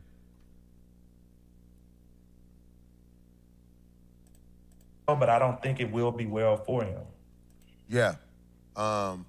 We ain't even got to go too much deeper on this guy. Stick together. Pause. Corey, how did you miss that? Very backdooria of you, sir. Very backdooria. Like, because you can't make people see what they don't want to see sometimes. Right. But we speaking the truth. I ain't got no lies. I wish I would lie on somebody like that. If I ever... You did. And he continues to. It gets worse. He makes up some... He reacts to a video of... You know what? We'll play the video. Because he basically tries to make it seem like Kevin Samuels, R.I.P., was in a zesty relationship with TLA based on a slip in a video of words. We'll get into it. This is bad, man. What was the lie? It's because my family's life is in jeopardy. They got me at gunpoint and stuff like that. I wouldn't lie about nothing like that, but they can say what they want to say, and I can't tell you how much I appreciate you coming in here validating things because, you know what I'm saying? There are people who do have critical thinking skills, and they heard you say, how many cases have you been involved with? 1,088. Yeah. 1,088. Yeah. Exactly. I'm proud of you, brother. Thank you, I'll talk to you tomorrow because I know it's late out there where you at. It is very. Man, thank you for coming on and bringing some clarification to the situation because it was needed. You're very welcome. Thank you. I talk to you tomorrow, brother. Good night. Gotcha. Love, one love, man. That is brother Derek, Dion, And you know what I'm saying? It's like, That was bad, it's a cold world out here, man. It's a cold world. Listen.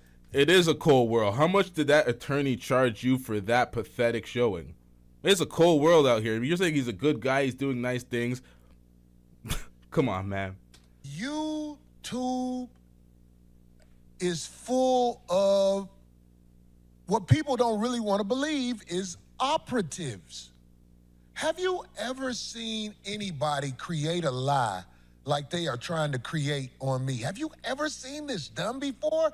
And the reason why, because my show is one of the top watched shows on YouTube. Now, what you're saying about your show being one of the top watch shows, yeah, it does a lot of numbers, get a lot of live streams, live viewers. Nobody was speaking about, you were doing a lot of live stream viewers prior to any of this shit happening. Nobody was talking about you negatively. Nobody was bringing up the PDF files. Nobody was bringing up the video of you hitting that woman. It's because it's your actions. You fucked up and you keep digging yourself deeper and folks are going in on you. You started to beef with Joe Budden, going against O'Shea, who stood up for you. These problems are occurring because you're unaccountable, and there's a lot more of this unaccountable speech coming up. We're about to get into some things. He brings up a caller and all sorts of things, but I want to bring up a caller that I have waiting in the back for a long time. So I'm gonna bring up this guy because this guy's been sitting in the back, pause, for a long time waiting. Who is this? Straight Jack. I'm pretty What sure. it do, people? What it do, man? You have a YouTube channel, right?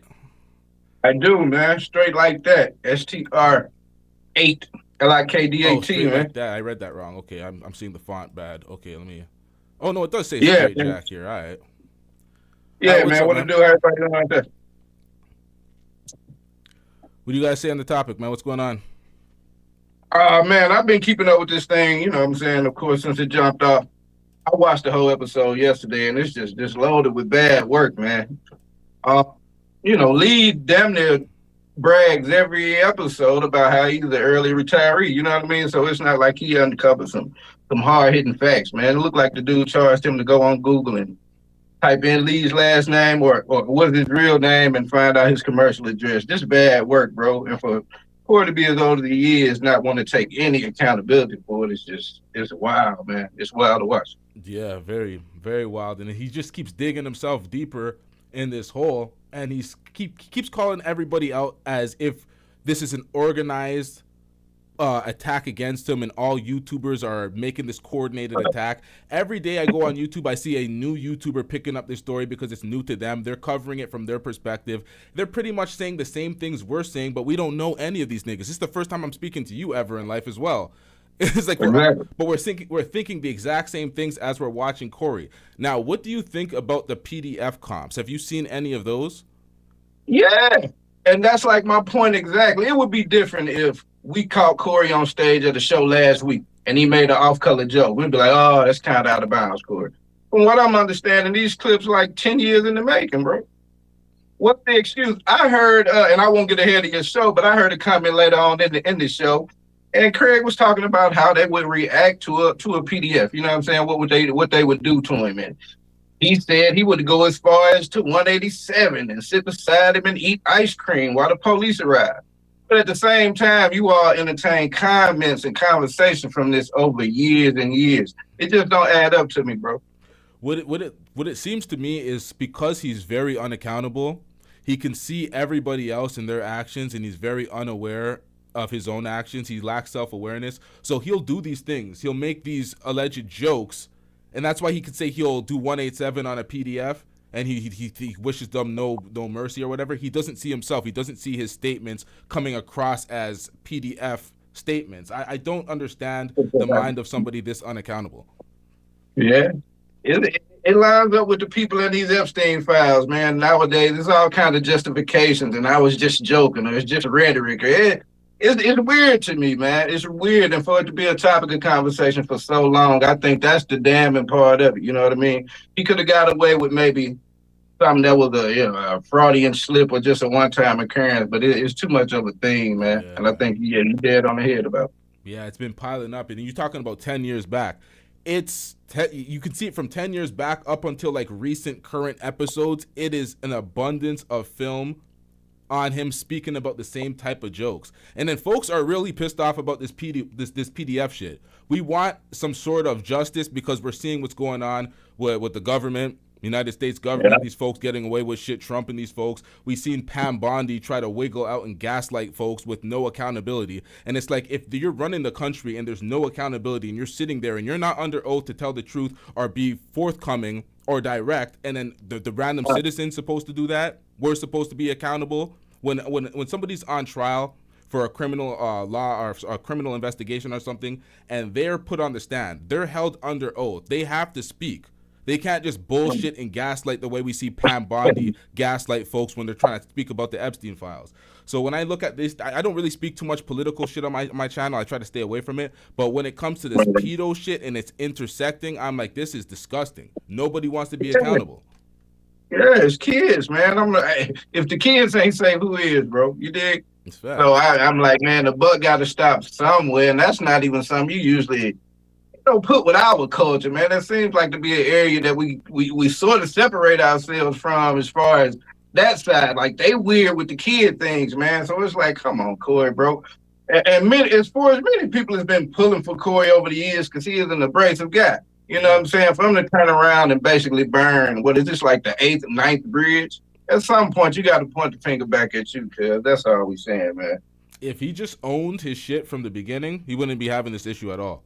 We'd have no discussions about this. It wouldn't be. He keeps talking about YouTubers coming for him, making videos after videos.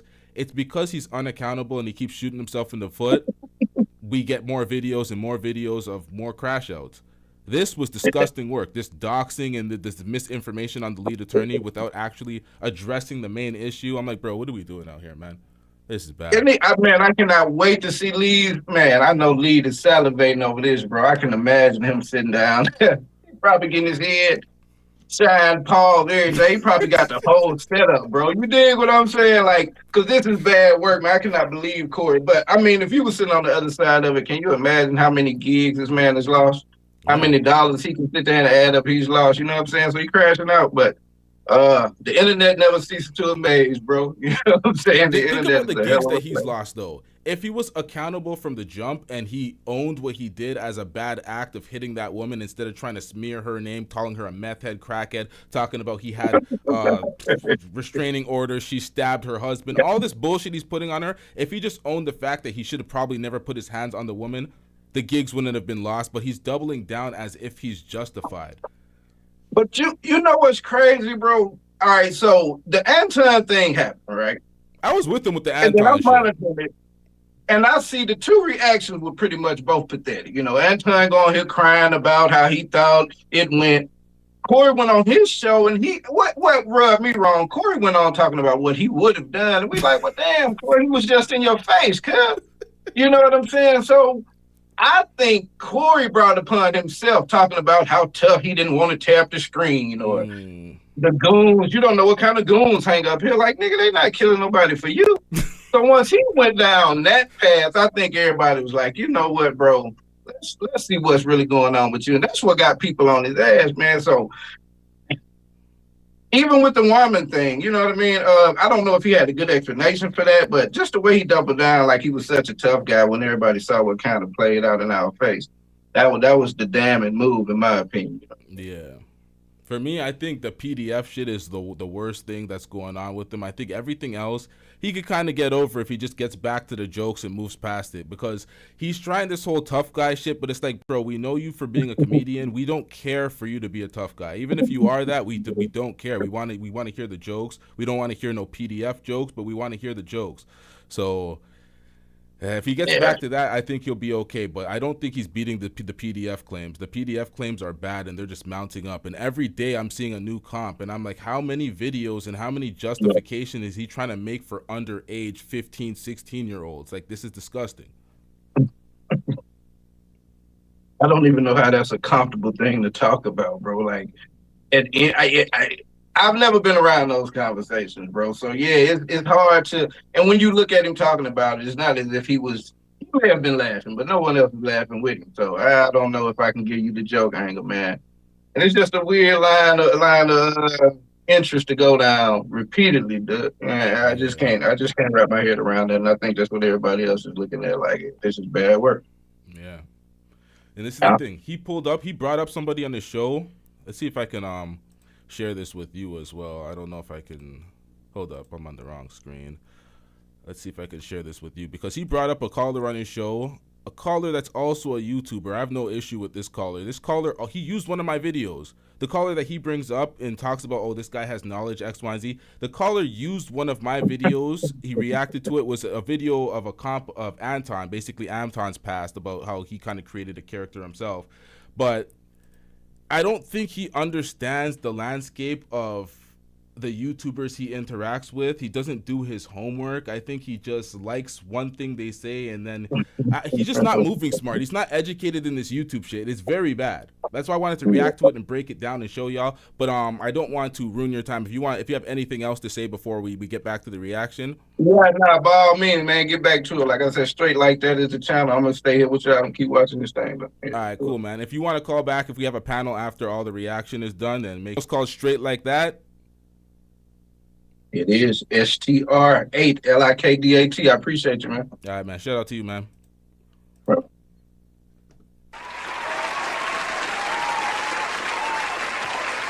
Yeah, sorry, man. I got a weed smoker's memory, so I can't really remember the shit until I react to it. So the points that I want to make, I'll remember as I get into the footage. That's why sometimes I got to react to the footage, man. So let's get back into the footage. I have influence over the minds of people, and I realize now, wow, they're gonna throw the kitchen sink at me. If it wasn't for that, brother, TMZ would still be lying with a base head talking about, oh, she said you had a gun. They can't do it no more because that brother stepped in and put forth what needed to be put forth to stop the nonsense. But I'm not gonna lie, this media giant has other ways of getting at me, and they getting at me. But I'm telling you, all you bloggers, you can stop it because you belong to me. In a week or two, you're gonna see all this stuff you did to make me famous. It's unfortunate because I was lied on. Corey Holcomb, sir, you're already famous. You're a famous celebrity. We're not making you famous. Who is making you famous? I'm confused. But that's going to be my money from my videos. I never did this before because I never had to. But I'm like, oh, y'all gonna lie? Okay, you think you could just say what you want to say with my name and likeness and nothing happens? You'll see. See, the thing is, he doesn't. This is what I was speaking to the caller about. He doesn't see himself. You say what you want about other folks' name and likeness as well. You called Godfrey gay. You called the lead attorney gay. You called Kevin Samuels gay. You called Anton gay. Anton is probably that. But like, you called Flacco gay. You said Flacco has a BBL, which was very sus of you, sir. I know there's so many names that I'm leaving out, but he's like, what are we doing out here, bro? That's gonna be my video you made. So please keep it up. Don't let up this week, next week, or the week after that. I need this money. I'm trying to pay off this other property I just got. Okay, so that's when we got to the pedo comp. We've already seen this pedo comp. I'm not trying to see all these pedo jokes and straight comments, because some of them are jokes. He can try to act like they're just jokes and pull that off, but it's disgusting that your mind's going there. You're not getting away with the straight comments, because some of the comments he's making are comments that he's made multiple times and doubled down on. They're not jokes. This nigga's straight. He's serious about this shit. He's not. That's what I'm saying. He's not beating the allegations. The allegations look terrible. Now, I got through this entire comp before we get into the caller he brought on, but I didn't get through the entire comp. That's a lie. I got through 90% of the comp. There's like a minute and a half of this comp left. I hope it doesn't get too filthy, but oh, there's more than a minute and a half. I was at what was I at? I was like 42 something. I was somewhere around here. Because it broke the bond between me and the girl. She wouldn't trust me no more. But I'm a nigga in the house. That means I only needed, back when I was 20-something, I only needed 4-5 hours sleep. It's so what? And I be up at it, hooping everything. That's a grown-ass man, 34. Come on. And we're just No, we're not talking about And we're just somebody having a being good grown or not. We talking about, listen, this is the truth. When you have an older man and a younger woman, it's a lot different than an older woman and a younger man. Right. That nigga was a pedophile. That motherfucker was cold-blooded with the killing. He ain't fuck her? No, but In the book, he fucked the shit out of her. Did he? Well, he didn't fuck her in the movie. Well, how old was she? That's some more shit that I get in trouble for saying. Because they already gonna be like, oh, Corey talk about killing bitches. Hey, all I'm saying is protecting your assets. But what I'm saying is... Oh, my God, here we go. Hey, if a bitch is 16 years old, all I'm saying is there are a lot of countries where pogo sticking in 16-year-old pussy is not illegal. That's all I'm saying. Wow. I got a 16-year-old daughter. You got a 16-year-old daughter? Right. Hey, let me tell you something. I went to University of Alabama and did a show. And this Notice that he's speaking about 16-year-olds again in a. This is even older than the other video. He says it repeatedly over the years. 16-year-old, age of consent in different countries. He keeps bringing that up. bitch was 18. Look at your face. Okay. Yeah, but look at your age, the age difference. I was almost 18 when I met my ex, and he was 26. He was 26? Tracy? Mm-hmm. Yeah. I got a 16. So keep it coming, because I'm going to display the check on the show. Your little... You're not getting a check out of other people's videos, sir. That's not how it's gonna work. And listen, all my 5150 people, I have created an email where, wait a minute, first of all, I don't want to forget this about leading a nigga ass law, because I said something else. But here's an email. Listen, the email is 5150submit@gmail.com. 5150submit@gmail.com. We don't care. All of these bloggers that you see lying about Corey Holcomb and the way he does things, because I've been doing these jokes for a long time, and I live a real good life doing these jokes. So you can say whatever you want to say about me and the jokes I crack, okay? But if you see these bloggers and they have a significant following, I would say at least 500 or more. Really, I want more than that. Matter of fact, if they got over 1,000 people listening to them, I want you to send an email to that address. This is where we're collecting them, where I'm going to collect my money. I think we need to have a big 5150 party after they have to start sending checks to me. And I'm talking about, yo, I am so glad I did. Learn the rules. This is pathetic. You're trying to pretty much kill the incentive for folks to make videos about you. Keep it coming, so you're going to take the money after when you do what you're going to do, whatever the fuck you're going to do. It's not going to happen, sir. That's not how YouTube works. If someone makes a video putting your face on a thumbnail, giving an opinion about you, that's your public domain, man. Like, what are we talking about? You try to justify talking about Anton's underage daughter using public domain, but you think that you're getting money off of folks talking about a grown-ass 57-year-old comedian who's a celebrity? You're getting money out, like, what? Now, the coke is happening. When does crack... Now, so the cocaine's happening. When does that crack come into play?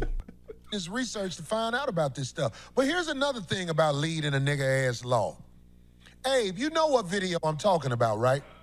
Listen, I want to say this again. I believe that Kevin Samuels, the late, great Kevin Samuels, was a great philosophizer on the situation that's happening with a lot of the women in society. I believe that, hands down. I think he was really good at what he did. But, you know that but is coming, especially in this case, but I always thought he had a feminine side that made me feel like, I can't prove this, made me feel like he preferred men. And you're just comfortable saying this on air about everybody, huh? But you're so concerned about folks lying on you, but you're so quick to sprinkle the premium zest on folks. LGBTQ plus mean? Like, is it the premium version of gay?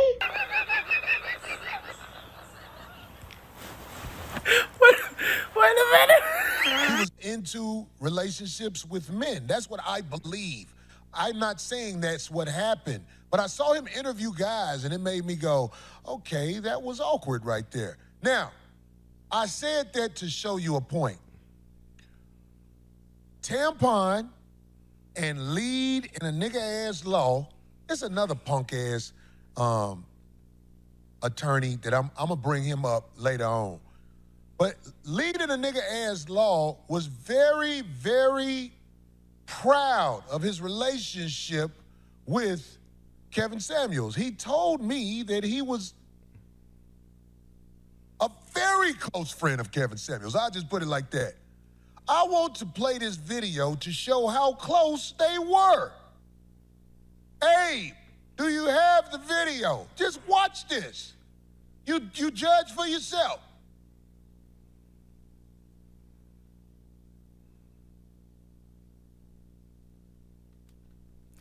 Now, we got the name behind the guy that's doing the production. I'm pretty sure it was Abe. Abe, again, bro? Again! What's going on with the audio, Abe? You're fucking fired, nigga. What the fuck, man?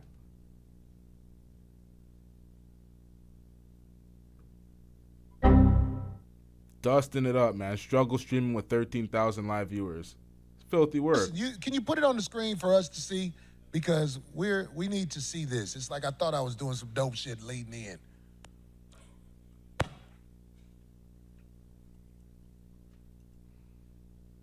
Okay, listen, don't play it. Let me know when you're ready to play it, okay? Because I can't make the point if it keeps cutting on and off. Let me know when you're ready to play it and it's ready to be played on the screen right there. I need to see it to make my point. Kevin Samuels, man, he used to tell me all the time, he was like, get out from around these niggas. That it will keep you down. YouTube is humongous. I had a girlfriend at the time when I was dating Kevin. When I was dating a girl when hey yo, stick together. Pause. He sounded like he was about to say he was dating Kevin, but he's corrected himself that me and Kevin started communicating on the phone. That man just said when he was dating Kevin. That's horrible, man. The truth fall out your mouth sometime. If you're gonna deem that the truth, if we're gonna deem that the truth because he said something like that was zesty, that was zesty. It was a slip. I don't think he meant that shit, but it was a zesty slip. If that's the truth and you're gonna determine that the truth, then we're gonna determine that these things that you're saying in these comps are the truth. Of America, you will find out bitches is fair game at all these ages that motherfuckers is talking about right now. A bitch that's been on this earth 15, 16 years is ready to fuck. Dick ready. I've seen him do it. Yeah, man. We can call you a PDF based on that if you're gonna call him zesty based on this. That it will keep you down. YouTube is humongous. I had a girlfriend at the time when I was dating Kevin. When I was dating a girl when me and Kevin started communicating on the phone. That man just said when he was dating Kevin. The truth fall out your mouth sometime. Play it one more time where it go all the way through. Hey, yo, pause, bro. Kevin Samuels, man, he used to tell me all the time, he was like, get out from around these niggas. That it will keep you down. YouTube is humongous. I had a girlfriend at the time when I was dating Kevin. When I was dating a girl with me and Kevin started. He did that shit. Guilty as fuck. Now, when you hear it, that shit does sound zesty as hell. Communicating on the phone. Man, listen what I'm trying to tell you. This ain't for everybody. This for the real boys and girls. We know what it is, boy. This ain't for everybody. This for the real boys and girls. We know what it is. This is the word that should be spoken out there. Instead of them fake, man, I called that man lead in a nigga ass law before I saw that video. I knew who that man was when he was sitting right over there. Wait. So you seen no evidence of the zest, but you knew he was lead in a nigga ass law based on what? This nigga got the gaydar or something? I am delivered. The hell going on, Corey? What the fuck? Based on what? Like, I knew who that man was. I was like, oh man, this man moist in a motherfucker, dog. This man moist in a motherfucker, dog. But I didn't hold it against him. But want me to tell you why I paid for not holding against him? For not holding that against him? This is why I paid for it. I said this on one of my shows before. If a man will hold a conversation with you, or if a man will be in any type of relationship with you, whether it be work or whatever, and he doesn't tell you, I sleep with men. Yo, did I cancel my other stream yet? Did I put it in private? I just remembered. I'm like 9 o'clock. I have another stream. Oh no, I privated that already. Okay, I got to do that later. We have another stream where Mika speaks out. Anton gets caught with another side chick. It is very bad. We have another stream coming up. Anton, I'm sorry if there's Anton fans in here trying to, because it's a Corey Holcomb video. Sometimes, you know, we get the Anton fans in the chat trying to cook Corey Holcomb as well, but I don't fuck with Anton at all. So Anton getting cooked as well again. Anton he's going outside as well. Since Anton and Corey's collab, they've both been going outside. We have everything to react to. Let's get into it, chat. He is acting in deceit. He's going to lie because he lives a lie, knowing that he hit a hole raw. If you got a man like that around you, we are trained to try to be kind in society, but God despises this type of behavior. God despises all, I'm not saying nothing but the truth. If you are a person who's into the religions that are Christianity, Islam, being a Buddhist, and I'm forgetting one right now because I'm blanking. This is frowned upon. This man liked women too, T-O-O. This man told on himself right there. Now he'll act like, no, that ain't what I meant. And okay, who are we to say whatever? But I'm talking to the real boys and girls. This ain't for everybody. We know what's up. What they call him, the lead dookie, what? Anyway, I'm gonna leave this boy alone. I think I told what this boy about right here. You know what I'm saying? As far as it go with my impersonation of him. And online, there are warriors. There are soldiers that are able to see what some can't see and what some don't want to see. And I found one of our online warriors, and this is my first time seeing this brother. I talked to him on the phone, but this is my first time seeing this wise brother. I heard things he said before it all went left, and I was like, oh, he got some knowledge. But now that listen. I'm not beefing with Corey. When the hell did I have beef with Corey? I'm doing reactions. I'm calling things how I see it. He seems like he's kind of a pedo. He's on that PDF shit. He seems like he has an attraction to women. I mean, not to women. There's nothing wrong with that. See, when I'm gonna be part of a comp, he's gonna be like, "What's the problem with that?" See, Freudian slip. It seems like he has a problem. It seems like he has an attraction to children. It seems like he has an attraction to children. So that's my issue with him. I think he's kind of a PDF. He's an attraction to children. It's very disturbing. He's very unaccountable. I'm thinking he's losing these beefs as I do these breakdowns and I'm breaking it down, looking at everything that I'm seeing. Against the Joe Budden shit didn't go too well for him. It's going very terribly against O'Shea for him. The lead attorney embarrassed him worse than everybody. The Anton shit's kind of like a stalemate. At first, I was kind of on his side.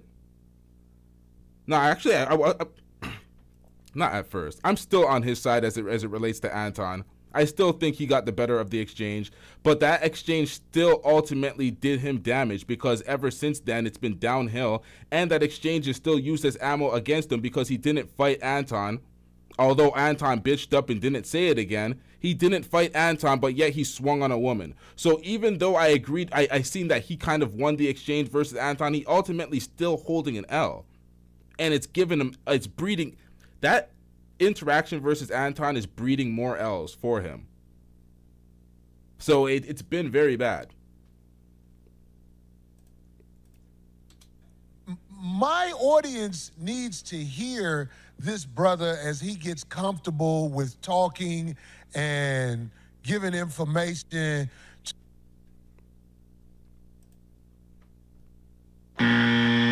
Now, Anton got bitched in that situation. That's why. I didn't see the pedo tapes of prior to the Anton exchange.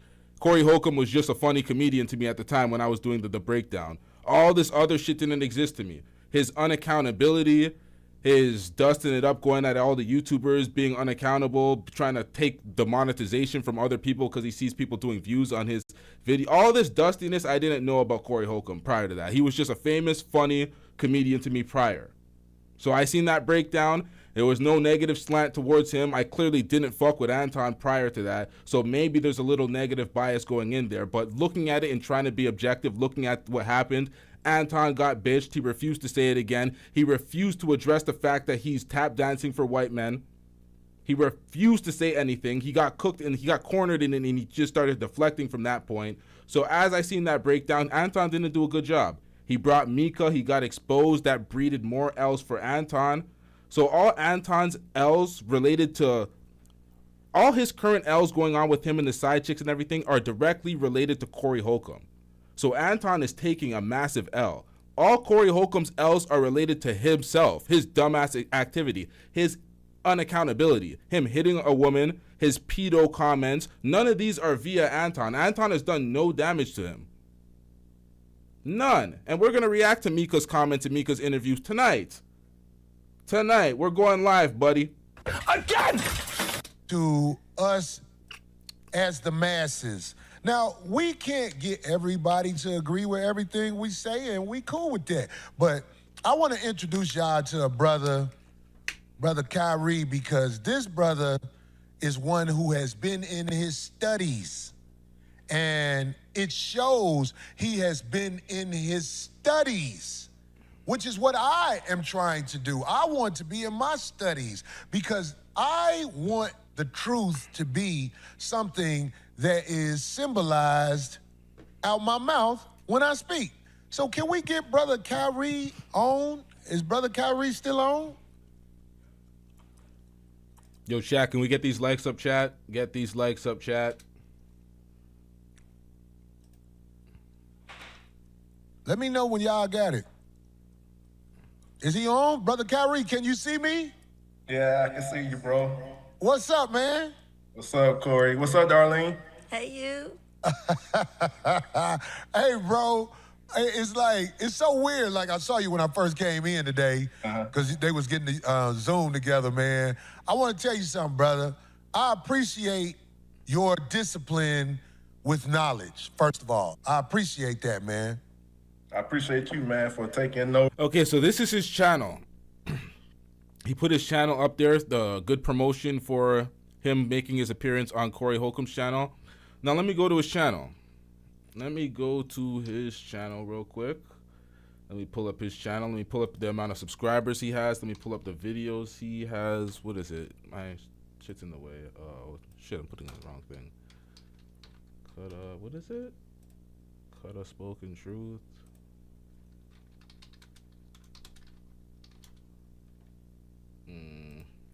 26.8K subscribers. It's pretty good. 28.6 is pretty good.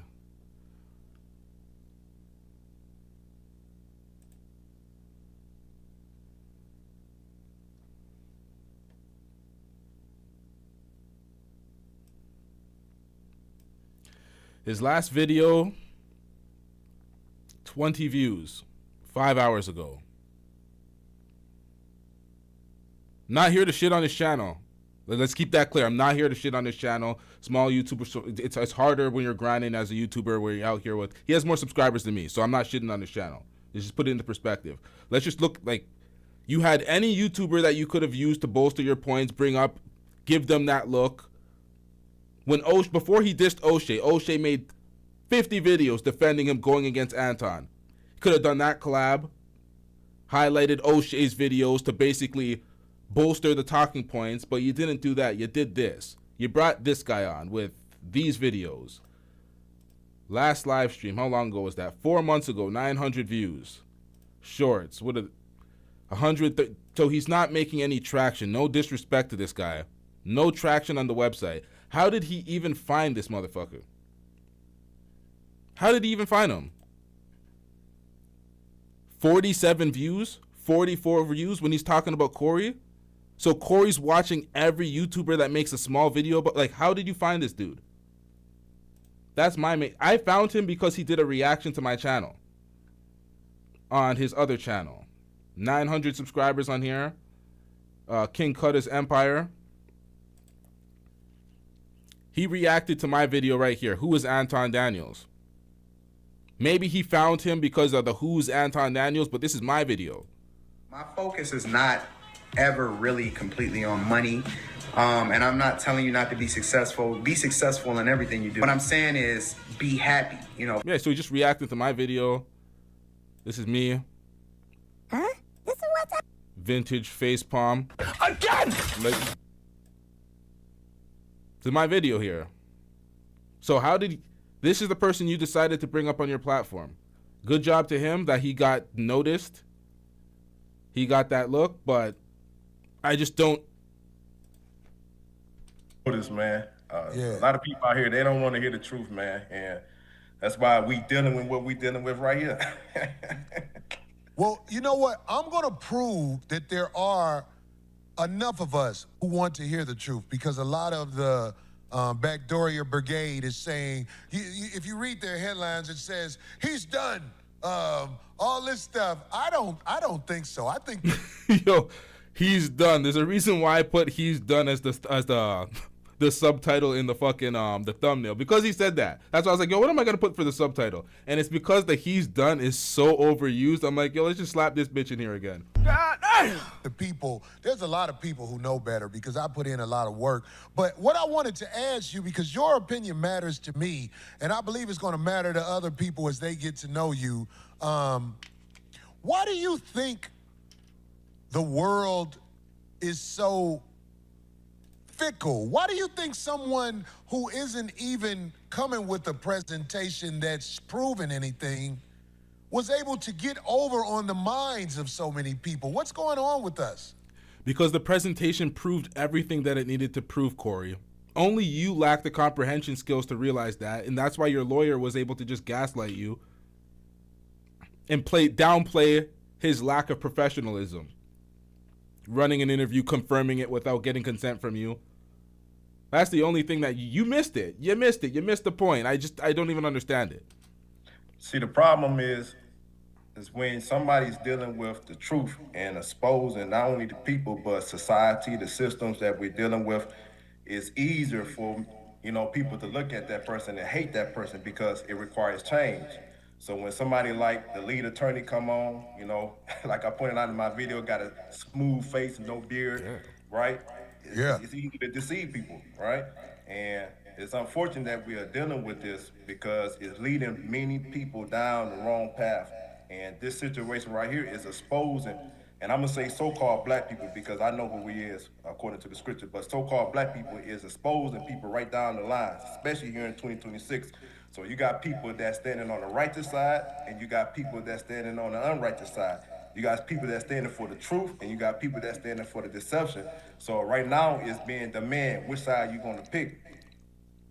Hey, so let me ask you something. When you saw the brother leading a nigga ass law, you was talking about how he was all bald and no facial hair. What was your take on that? How he looked, and why did you think that way? As I'm an advocate for the scriptures, right? And so when you see somebody clean shaven and don't have no hair whatsoever, don't trust them. The Bible said don't cut off your beard, right? This is what the Bible say. So when you see somebody cutting off their beards and trying to uphold a standard according, and I'm gonna say this, according to white America, that let you know he's part of the system. He's part of the system, right? Now, I'm just confused because I'm pretty sure the lead attorney suffered from, or I don't know if he has cancer. I don't know if he beat cancer, but I'm pretty sure he had or has cancer. I'm hoping it was had and he defeated the cancer. But looking at somebody's appearance and talking about their facial hair, he has no hair on his head, no face. He just clean shaved, whatever. Like that, what does that have to do with anything you can't trust? I'm just confused. I never heard some shit like that before. But if he has cancer and that's the reason, I don't know if he was undergoing any chemo or anything, but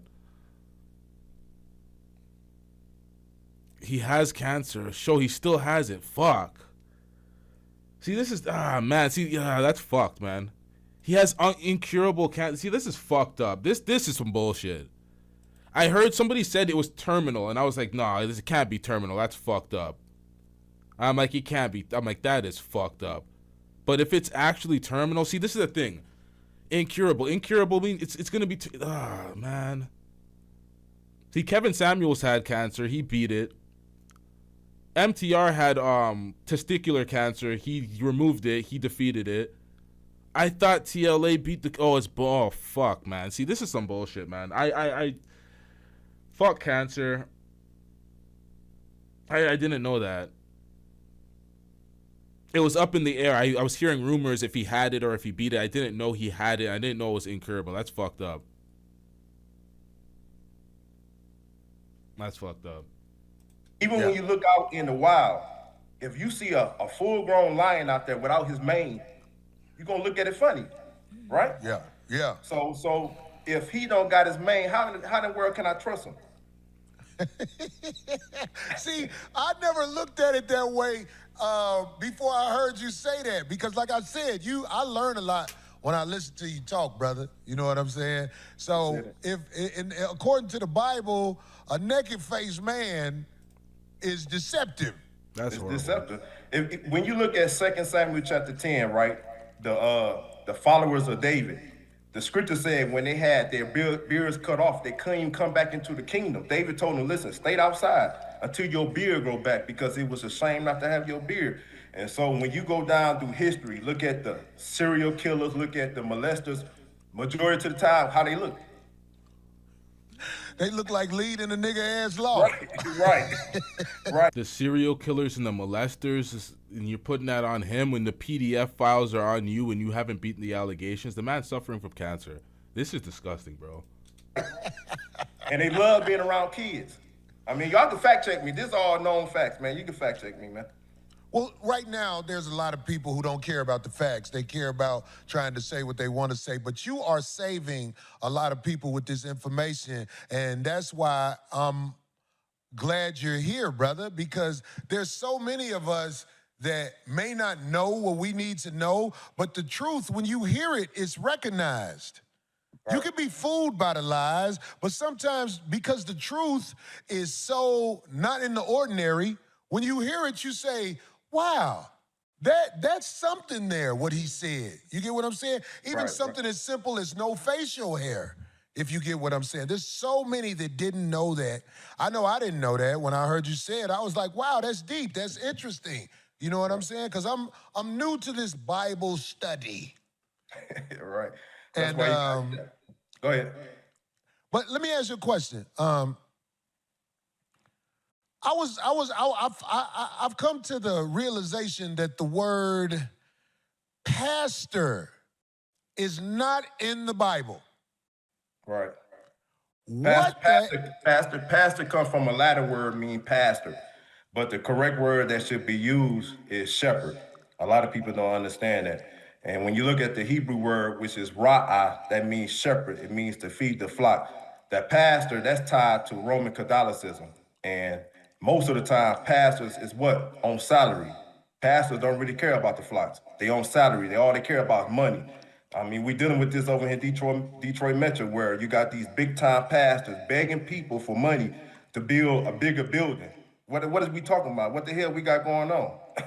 You're supposed to be feeding the flock. You're supposed to be tending to the flock. You're supposed to be shepherding the flock. You're supposed to be helping the flock, not bleeding the flock. And most of the people that call themselves pastors, what is they doing? They're taking advantage of the flock, merchandising the flock. Well, we saw an example of that with a Detroit pastor where he was literally bleeding the flock, as you said, as a black woman was able to muster up a certain amount of money. I think it was like $1,800 if I'm wrong. And this guy who was bleeding the flock said, it's not enough. Right, because it's not enough to give me $1,800. So this is something that Oh shit, I'm mute. So why is he turning to religion all of a sudden? He's getting into this now. He's like, let's get back into it. I mean, because I talked about this before, but what you said brings a lot of context to what we're saying. We have to beware of people who lead as a pastor. I'm not saying all pastors are bad, but I'm saying we have to beware of people who when people come at me and say, I'm a pastor. I'm sorry, chat. I'm fast forwarding this part. We don't care. Let me tell you. We can come back to this. We can revisit this. We have a whole other show we got to do. So we got to get to this. We got to get to the more important parts. I don't know what the hell the point of this was in this discussion, but I have been paying barely any attention since he went in on the cancer. Talking about clean shave, and that shit pissed me off. I ain't gonna lie. You know what I'm saying? I got it. Corey Holcomb. There's a video of him talking about a 5-year-old girl and calling her a whore. Oh, yeah. lying. Yeah. Is there a video of Corey Holcomb talking about a 5-year-old girl calling her a whore? Yeah. Let me put that in there. Here's the thing, and it's not. People know. I've said for years that Corey Holcomb is a piece of work. He is an insecure man who is not happy with where he is in his career. And sometimes people don't get where they need to get in their career and they deserve it. He's not one of those people. He's had every opportunity known to man. You was they shuck and jive nigga. You was everything. You played a pimp. You was on Black Jesus. You was out here doing all this shit. Yeah. You was on Wildin' Out. You was all this shit. All these opportunities you had, and you wind up here, and this is all because of your court. You can't blame no women for that. Can't blame black women for that. All of that is you. 30 years later, 35 years later, you've been doing stand-up. You still running around here talking about bitches with stinky pussies. Never mind the fact that if every time you deal with a bitch and her pussy stink, it's got to be you, nigga. You fucking up bitches' pH balance. I've never seen a nigga complain so much about stinky pussy and not think 30 years later, maybe I'm the nigga that's making the pussy stink. Okay? So you're not even the nigga that can get bitches and you're still paying for abortions. Now, before we even get into Corey, let's talk about Yamanika. Because people love to say she goes off at the mouth. They say she's loud. They say she's confrontational. They say she's too much. And historically, she has always been contentious. She's clashed with comedy legends, notably Patrice O'Neal, and she's never been afraid to speak in rooms where most comedians shrink. I believe a man wants someone that's going to support him. a female that's going to support him and be there and be the woman to, like you are, female with him. Perspective.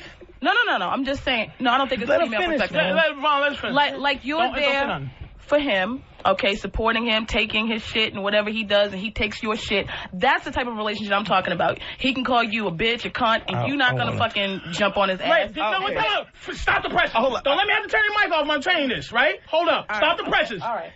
This motherfucker, this Porsche is better than this motherfucker's car. Even though I want to drive his car too, I know I got a better thing that I know what he wants my shit. My shit's more valuable. He don't know that his shit's just as valuable, but I'm going to treat him like it ain't. Well, it sounds like you need to teach these men to have better self-esteem. But if that was the case, who'd be stuck if guys finally figured it out? We would. Exactly. So when Yamanika goes hard on somebody, you can't just dismiss it as random outrage. There's history behind that energy. And this episode, she wasn't playing. Never mind the fact, you still doing material about paying for. I'm getting rich.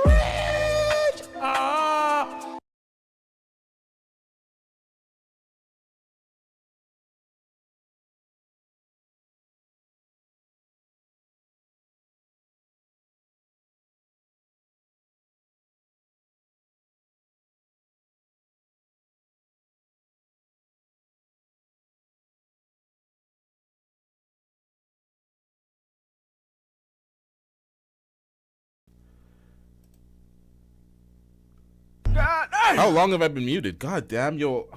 Hold up, chat. I took myself off camera one time, and then I just been having this repeated problem, and all of a sudden my camera keeps going off. Now my mic keeps going off. Am I muted still? I'm seeing more muted stuff. Am I still muted? I'm good now, right? Y'all can hear me. There's probably like a couple second delay. Okay, my bad. Shout out to SirChai87. I don't know if you did y'all hear me read the super chat? Probably not, right? I'll just read it again. SirChai87 with the $2 super chat. You said she went after Patrice O'Neal. Nah, kick rocks, bop. Now, yeah, I'm not RIP to Patrice O'Neal. I think she's still valid in this commentary that she has against Corey Holcomb, because she speaks on the PDF shit, and the PDF shit is not cool, man. He has not beaten the allegations yet. He hasn't even broached the allegations. He's been running from them and calling into question people's priorities and calling him out, basically saying that we're being used by big media, or we're trying to, I don't know what the fuck he's saying. He's just deflecting. He's really deflecting. Now, you're saying she's an opportunist and blah, blah, blah. She is Yamanika Sanders' friend of Godfrey. Godfrey was called zesty by Corey for apparently no reason. So out of the blue, he was talking shit, dragging Godfrey, talking about Godfrey is zesty and X, Y, and Z. So he loves to call everyone moist, zesty, and act like that. He's talking about manhood is the last thing he has, or men have, when he's talking to Anton, but he's trying to sprinkle the zest on everybody. It's like, bro, why are you trying to make everybody part of that group, bro? Like what the hell's going on here? Shout out to SirChai87 with the $2 super chat.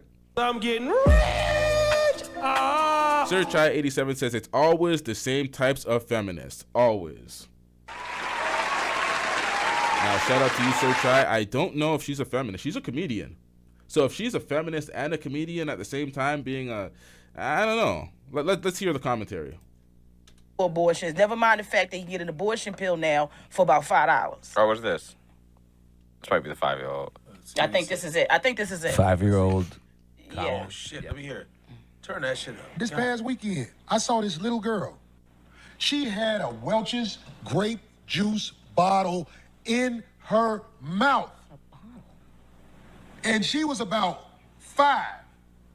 She had the whole bottle, as far as it'll go, just sucking on it, walking with her mama. Somebody said, get that out her mouth. When they took it out her mouth, that baby said,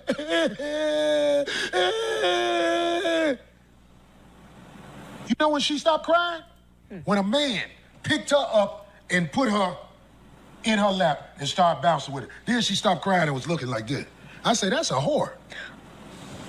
Or it's a kid. That's a little whore. Who wanted soda. And everybody will say, Corey, what is you talking about? Corey, you crazy. Get the fuck out of here. This little girl was in her bliss with her mouth wide open.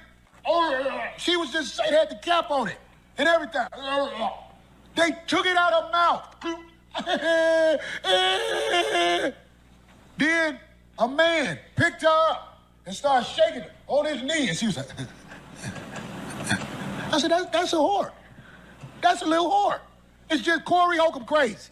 I almost want to go back and ask about that little girl and do a documentary on her life. So one day I can show I know what I'm talking about. But in this society, I'm a bad guy.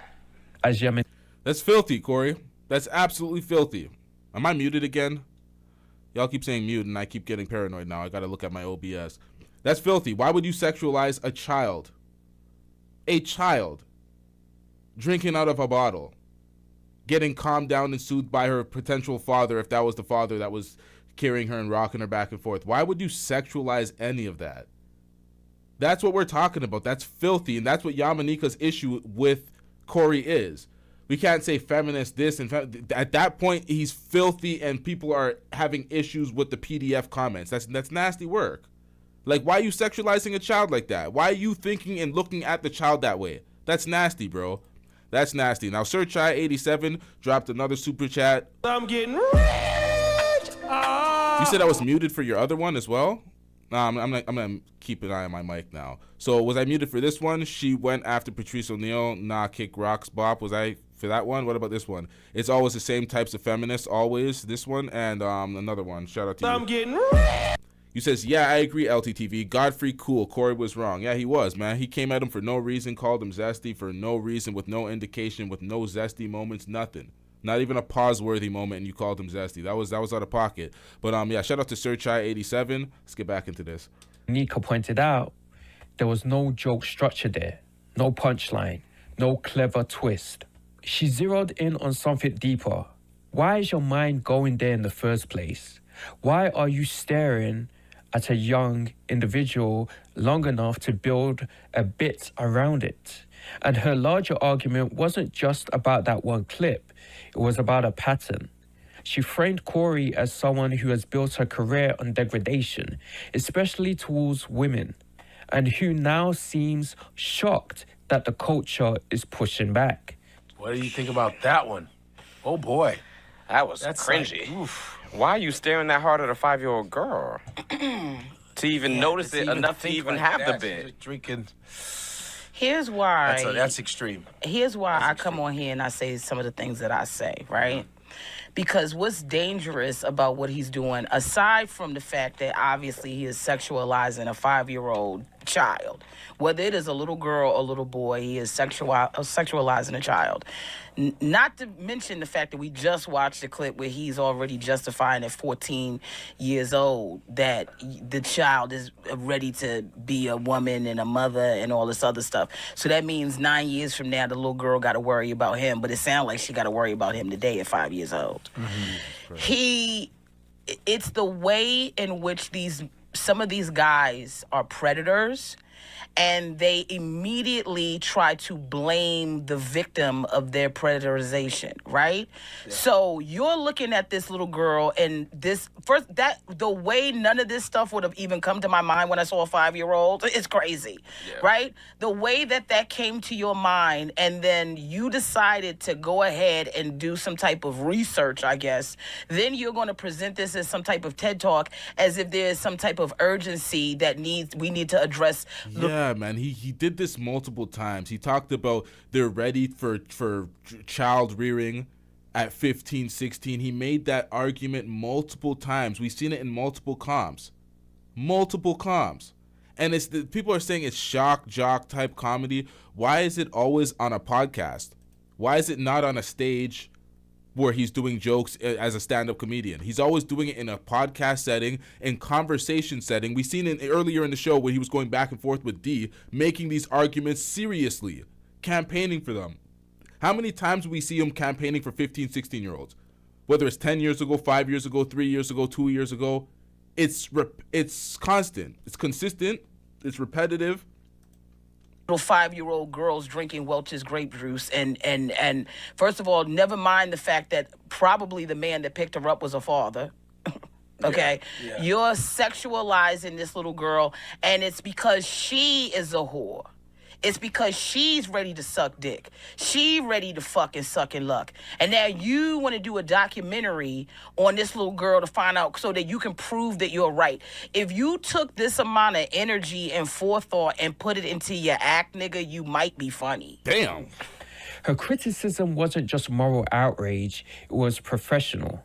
She laid out Corey's resume. Black Jesus, Wild and Out, action roles, opportunities most comics would kill for, decades in the game, and her central question was brutal.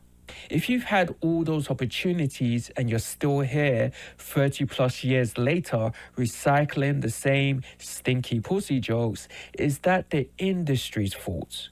Or is it you? I mean, he's giving us a dissertation. He wants to do a documentary on a 5-year-old that he ran into that was drinking Welch's juice. Not a documentary on the state of black men in this current administration. Not any comedy that's talking about anything that's happened with this current administration. Not any comedy that's talking about what it's like to be a black man at his current age and time in a world that's slowly but surely leaving him behind because he refuses to get on board with the times. You're putting your hands on women. Everything out of your mouth is disparaging. And then put the video up of him with the Anton Daniels nigga. How long can y'all pull that up? Right. So you're available to talk about little 5-year-old girls and be disrespectful to them. Never mind the fact you're not going to tell us who this little girl is, because I almost know that if you was close to the little girl like that, you know her father, and you know her father would come for you. Right? So now it's this phantom little black girl he done run into out of nowhere, right? But you're sitting there with a nigga telling you that you got a figurative dick in your mouth, and you're gonna sit there and run back and forth with him, but never once out of all the shit that the nigga said to you did you get to the point where you put your hands on him. But now we gotta believe that whatever this woman said that you mushed up, you saying you mushed her, you didn't punch her, we gotta believe that what she was saying was so atrocious that you couldn't prevent putting your hands on her, but a nigga sat right 2 feet, 2 inches away from you, told you was sucking the dick of all black America, and you just went into a screaming match, you and Carl Winslow. Could you get the video? Carl Winslow. Yo, she cooked, and she called him Carl Winslow. You and Carl Winslow. Yo, okay, so this is what I'm talking about. When I first watched it and I witnessed it and I did my breakdown, I'm like, yeah, Corey, he kind of said that to you, but he didn't say it again when you got in his face. So Anton got bitched and he was forced to kind of leave. He couldn't say it again. Oh, I respect you on my platform. And then he left. So when I first watched that, and then when the TMs, that's what I'm saying. That's why when I called it, I'm like, yeah, he was up. He kind of won that interaction. He's a 57-year-old man. You don't need to be getting physical on your show. The man didn't repeat the words. You kind of won that. But then the TMZ footage dropped, and we see him assaulting a woman over words. Then he tried to switch the narrative. Oh, she's crazy. She stabbed her husband. I had a restraining order against her. She was stalking me. All these extra variables to justify the fact that you hit a woman over words, but you didn't hit a man over words that were probably worse. So it's like, sir, it looks very inconsistent. You're looking very pussy right now. You look like a woman abuser. You look like a coward, too, because it's Anton Daniels, bro. You scared. You pussy. Sorry, you pussy. Don't be pussy. Like, come on, man. It's Anton Daniels, bro. It's a coward. But nonetheless, let's get back to sticking on topic, man, because you know me. Once I get off topic too long, it's gone, because... Stay off the weed. And it's gone. What was I talking about again? Then came the second layer, the Christina Payne incident. The footage shows Corey leaving an argument, turning back and putting hands on her. Debate the context all you want. Yamanika's stance was simple. If you talk for a living and words are your weapon, why did you escalate to hands? Especially when we've all seen him sit face to face with Anton Daniels being called someone who sucks the D of Black America. Because, you know, niggas, when they go back to tell a story about how they forced somebody, it's always, I told the nigga this, I told the nigga that. And it was like, really? Because we all watch you, nigga, tell him nothing. Both of y'all was sitting there circling around like two little fat play school buddies talking about y'all about to fight. Beat it. Godfrey. Two fat play school buddies. Holy shit. Now, folks, you can't keep coming with this. Pause, man.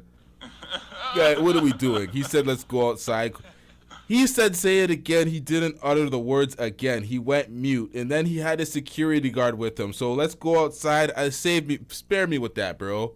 Spare me with that. And then he's like, I would have beat Corey's ass. It's like, bro, if you would have done it there. Corey was talking about what he would have done. It was like, please, if you would have done it there. You both went outside.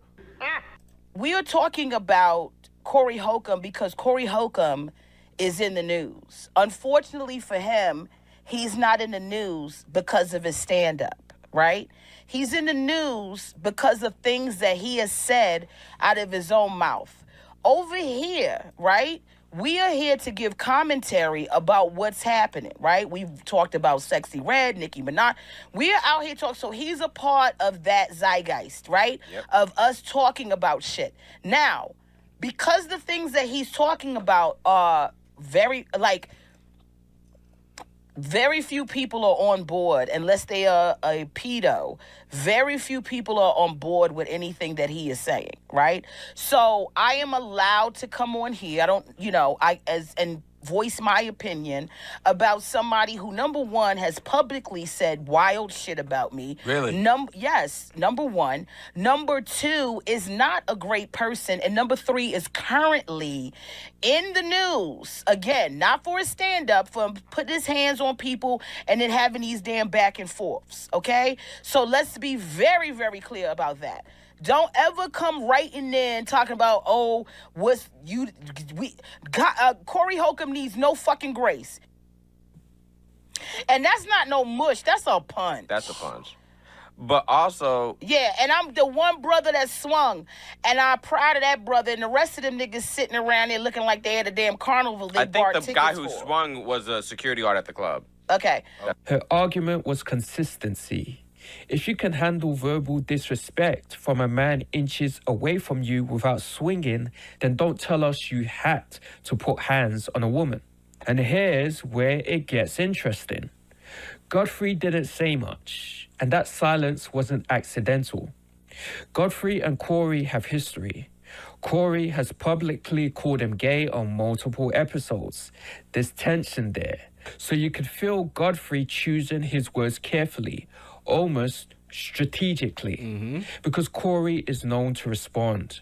And when he responds, he doesn't tiptoe.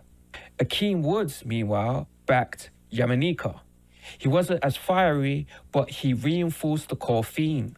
This isn't a one-off moment. This is a familiar pattern. Now here's the deeper layer that makes this conversation more than just gossip. Yamanika herself is controversial. She has burned bridges. She has gone off on people. She's been accused of being difficult. So when someone like that critiques Corey, it's not coming from a place of naivety. It's coming from someone who understands how brutal and messy the comedy ecosystem is. She's not speaking as an outsider. She's speaking as someone who survived it. And her underlying thesis is this. Corey Holcomb is not a victim of cancel culture. He is a victim of his own inability to evolve. Don't be mad at us because we not supporting the shit that he... I ain't gonna lie. I thought that he was gonna say that Corey is a victim of himself and his own inability to accept, to take accountability. But this still works. This still works. Is not a victim of cancel culture. He is a victim of his own inability to evolve. Don't be mad at us because we not supporting the shit that he's promoting, which is saying that a 14-year-old and a 15-year-old and a 16-year-old is a woman that you need to utilize her body because she's ready to be a mother. Like, we ain't gone that far off the fucking hill. That's filthy. We're not going to sit here and praise some nigga that's observing a 5-year-old girl and then calling her a whore. We're not doing that. It's too many fuck niggas y'all could be praising for that. Go get Michael Blackston. He out here. What I'm saying is, he's out here doing a caricature of some stereotypical Nigerian from 1988 that just made their way to Harlem, okay? If that's what he's doing, as long as he not out... Yo, honestly, Michael Blackston got that straight for no reason. I don't know why Michael Blackston's getting cooked, but she ain't lying, man. He is really a caricature of an antiquated Nigerian of yesteryear. That Nigerian that he's playing no longer exists. In 2026, we don't see that we don't see that nigga anymore. So she's right. He is playing an antiquated Nigerian. Holy. Here talking about 5-year-olds and out here putting his hands on women. I'm available for y'all to go over there and get the same reduced comedy that he's doing over there. We got a king for y'all, and it don't have to be Corey Holcomb. Well, there it is.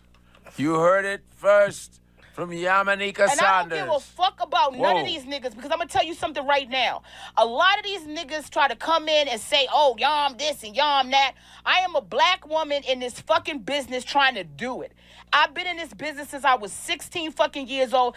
I'm 47. I done had niggas do all kinds of shit. I have earned my fucking stripes to be here, whether you know me or fucking not. I'm out here doing the work. I'm hitting the stages. I'm working on material. I'm thinking about shit. I'm changing up the act. I'm evolving with... Well, shout out to you, Yamanika.